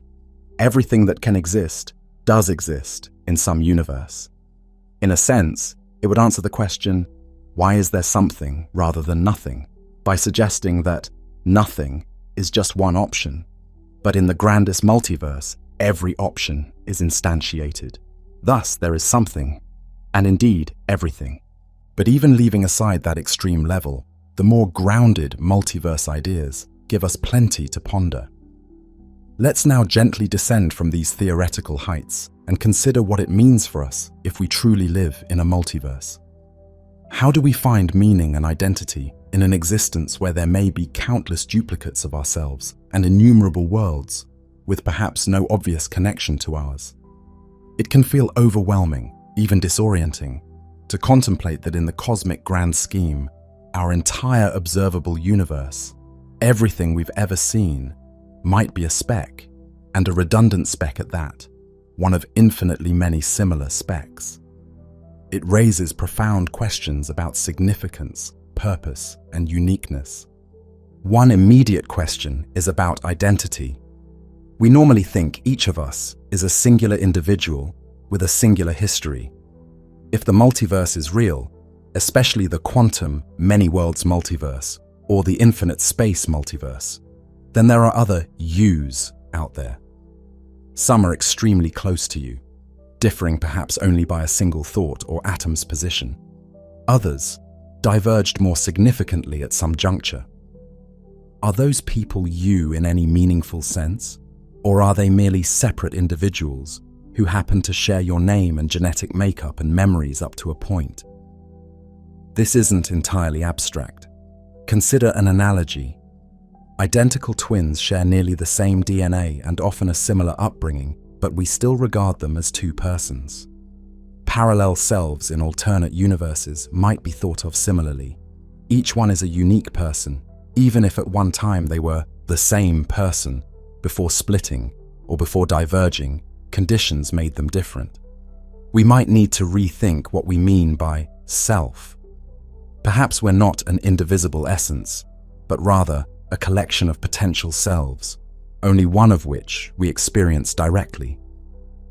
In one philosophical view inspired by the multiverse, who you are could be seen as a story, a narrative thread through one sequence of events.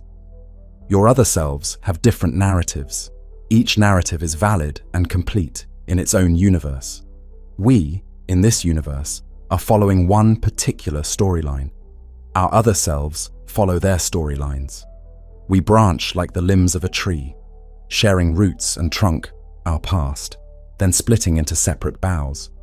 Is the tree as a whole us, or is each branch a different us? It might be a matter of perspective. There's a poetic notion in the multiverse context.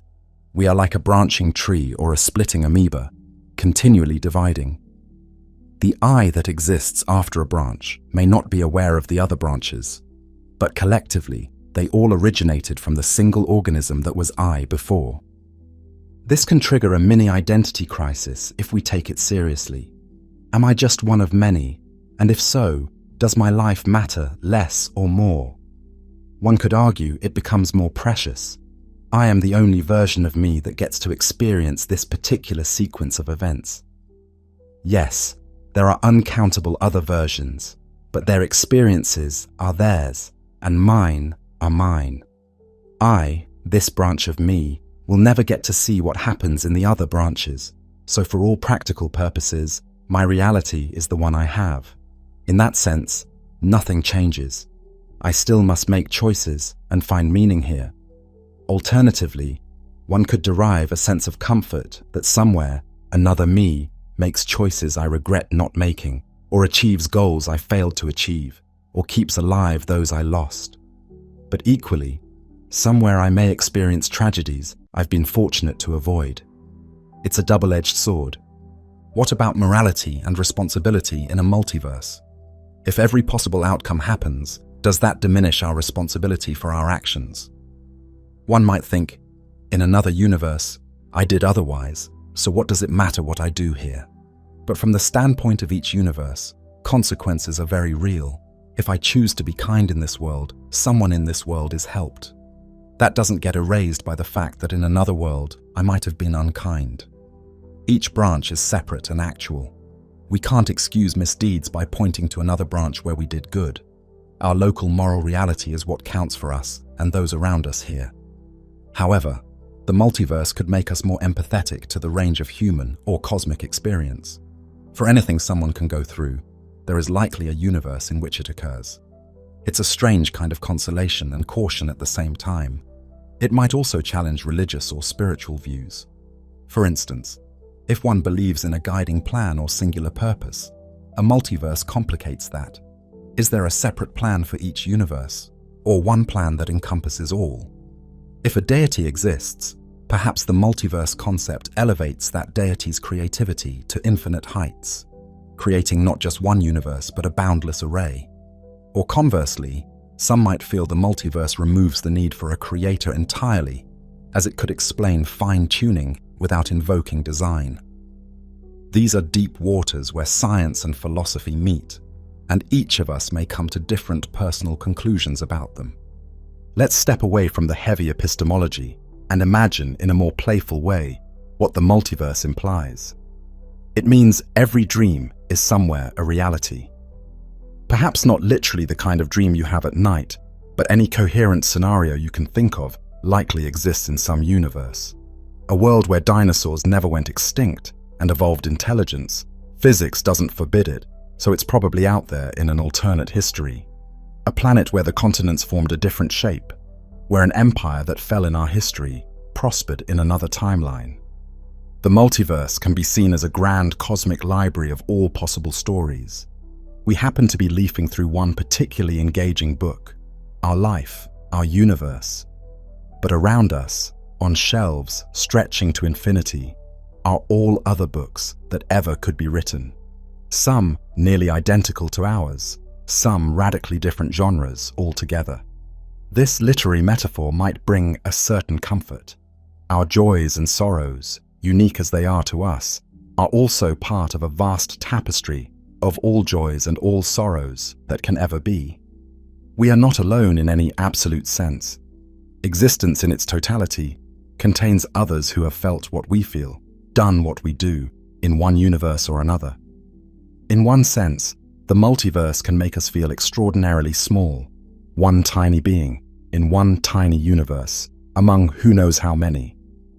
But in another sense, it can make us feel profoundly connected, part of a much larger existence, threads in a boundless cosmic cloth. There is also the perspective of humility and open-mindedness that the multiverse invites. If our universe, the grandest thing we know, is just a drop in a sea, then the lesson of Copernicus continues. We are not the center, and even the reality we take for granted is not the whole show. That doesn't diminish the beauty of our world. In fact, it may enhance it. How special that, in an infinite multiverse, we have this particular universe to call home. Out of a multitude of possibilities, we get to experience this one, with its specific sky, its particular laws, its unique living earth. It's like being dealt a particular hand of cards from an infinitely large deck.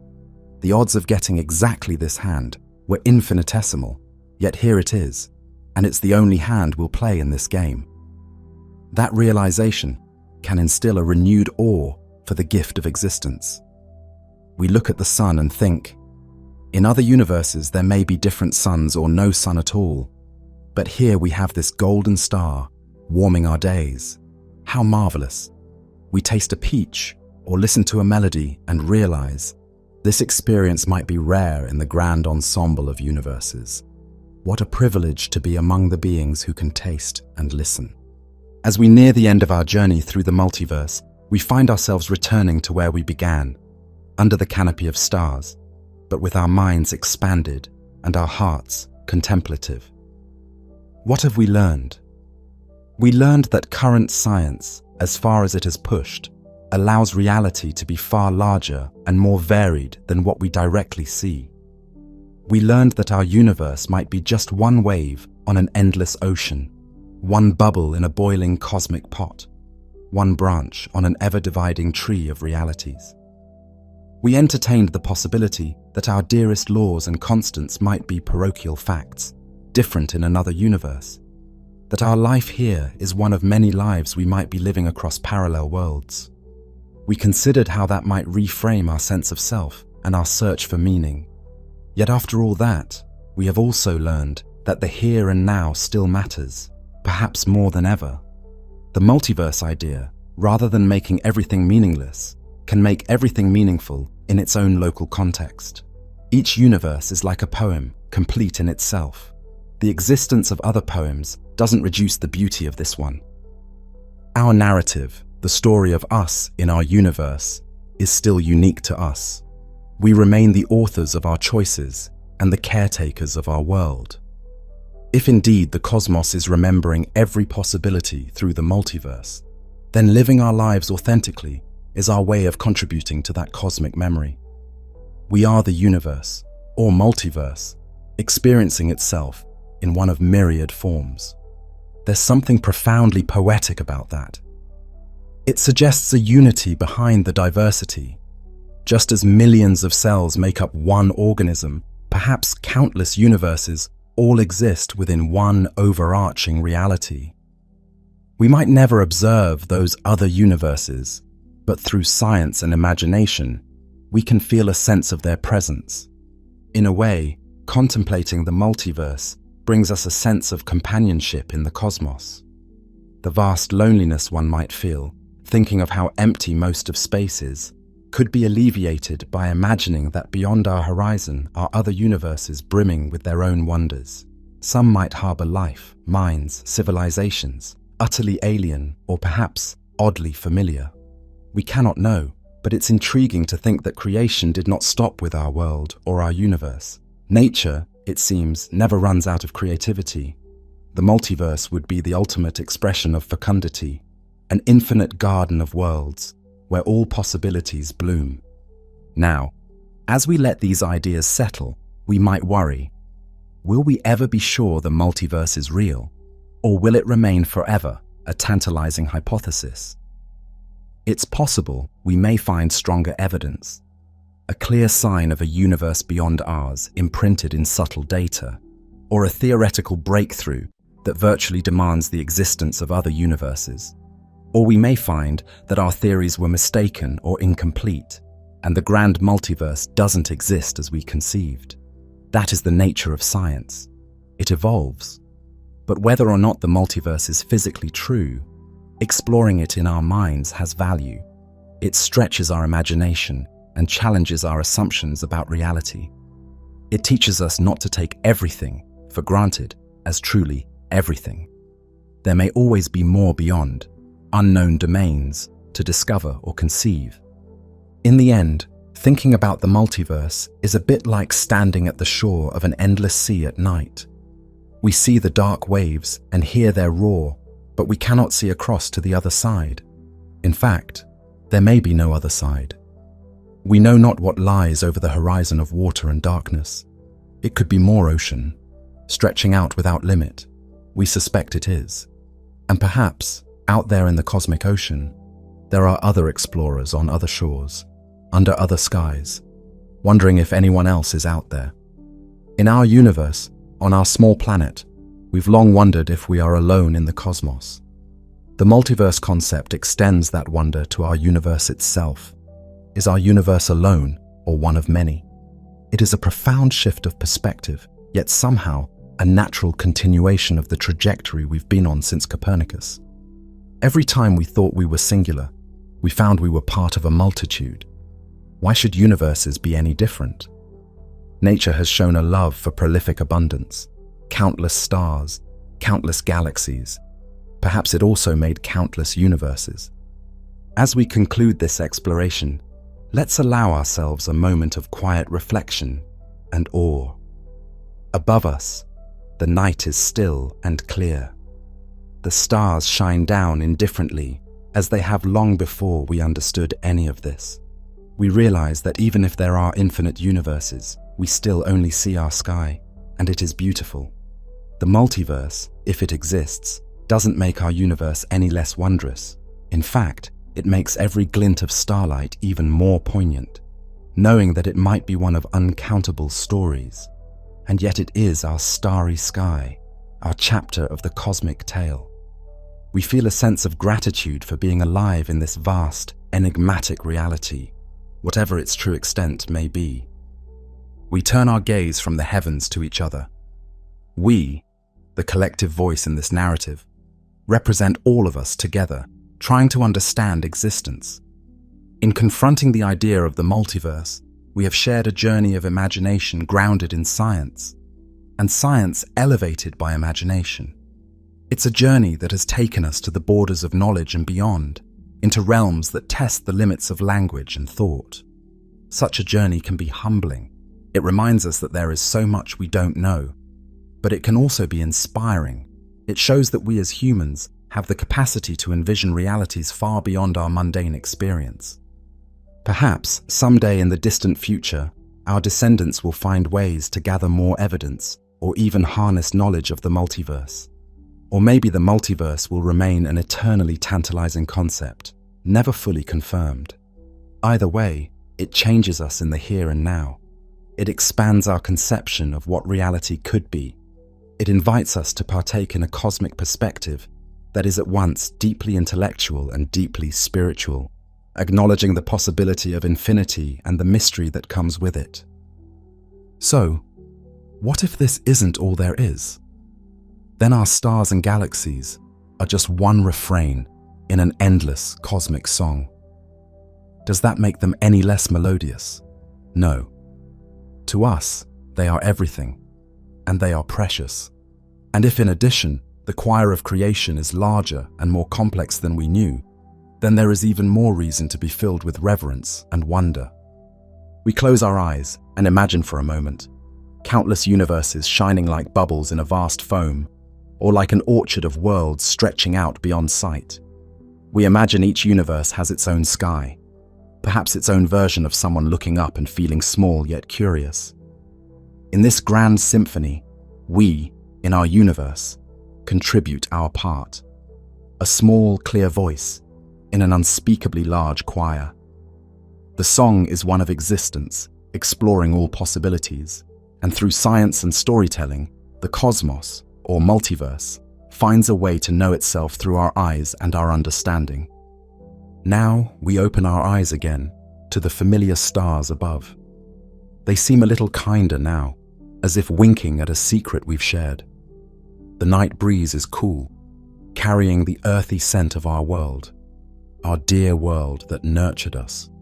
For all this talk of other universes, it is here that we love and strive and wonder. Here is where we make our meaning. The multiverse has not answered the question of meaning for us. Instead, it has enriched the context in which we ask it. Meaning, it seems, is ours to create, in whatever corner of the multiverse we inhabit. We stand together under the cosmos, humbled by its vastness, yet uplifted by its possibilities. We feel small, but not insignificant, transient, but not pointless. We are part of something so much larger, and that realization does not diminish us. It ennobles us. It means the adventure of discovery will always continue. There will always be new horizons to explore, new questions to ask. Our universe was once unknown and mysterious, and we have made it familiar. If there are other universes, perhaps one day, in some form, they too will become part of the purview of understanding. Until then, we carry the torch of curiosity forward, illuminating what we can and respecting the darkness of what we cannot yet see. In the multiverse of ideas, we have voyaged through reflections and dreams, through mirrors and branching streams of time. It's time now to gently return to our own world.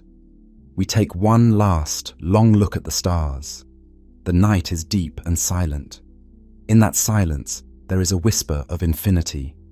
We sense the multiverse not as an abstruse theory, but almost as a presence, a silent chorus behind the curtain of reality, singing possibilities.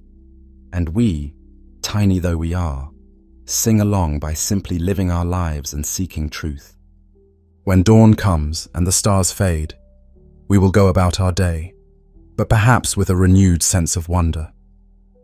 Maybe we'll pause and think, the light of this morning's sun could be rare in the multiverse. Let me feel its warmth with gratitude. The loved ones I speak to, the act of kindness I can do. In this universe at least, these matter immensely. The multiverse, if it exists, is not an escape from our reality, but a profound backdrop that can make our reality even more meaningful. As the first hint of morning glows at the horizon, we conclude our journey. We went seeking the multiverse and found that, whether or not it's truly out there, it has already expanded our minds. We end not with an answer, but with a feeling, the feeling of awe. Awe at the richness of the cosmos, awe at human ingenuity to even conceive of the multiverse, and awe at our own capacity to find meaning and connection in a possibly infinite expanse. Our story, the story of one universe awakening to the potential of many, becomes a kind of cosmic meditation. We step forward into the daylight, carrying this perspective with us quietly. The question, what if this isn't all there is, will continue to echo, inviting further exploration. And whenever we need to rekindle our sense of wonder, we know we can look up at the night sky, remember the grand vision of the multiverse, and feel that childlike spark again. In the face of eternity and infinity, we find not despair, but endless possibility. Our journey through the multiverse has been like traversing a hall of mirrors, each mirror reflecting a different face of reality. Now, back in our own mirror, our own universe, we smile, a small, knowing smile, because we glimpsed the hypothetical reflections and returned wiser. We carry within us the stories of myriad universes, and that makes the story of our universe all the more precious. In that spirit of appreciation and wonder, we conclude our exploration. The multiverse, real or not, has given us a gift, the gift of cosmic perspective.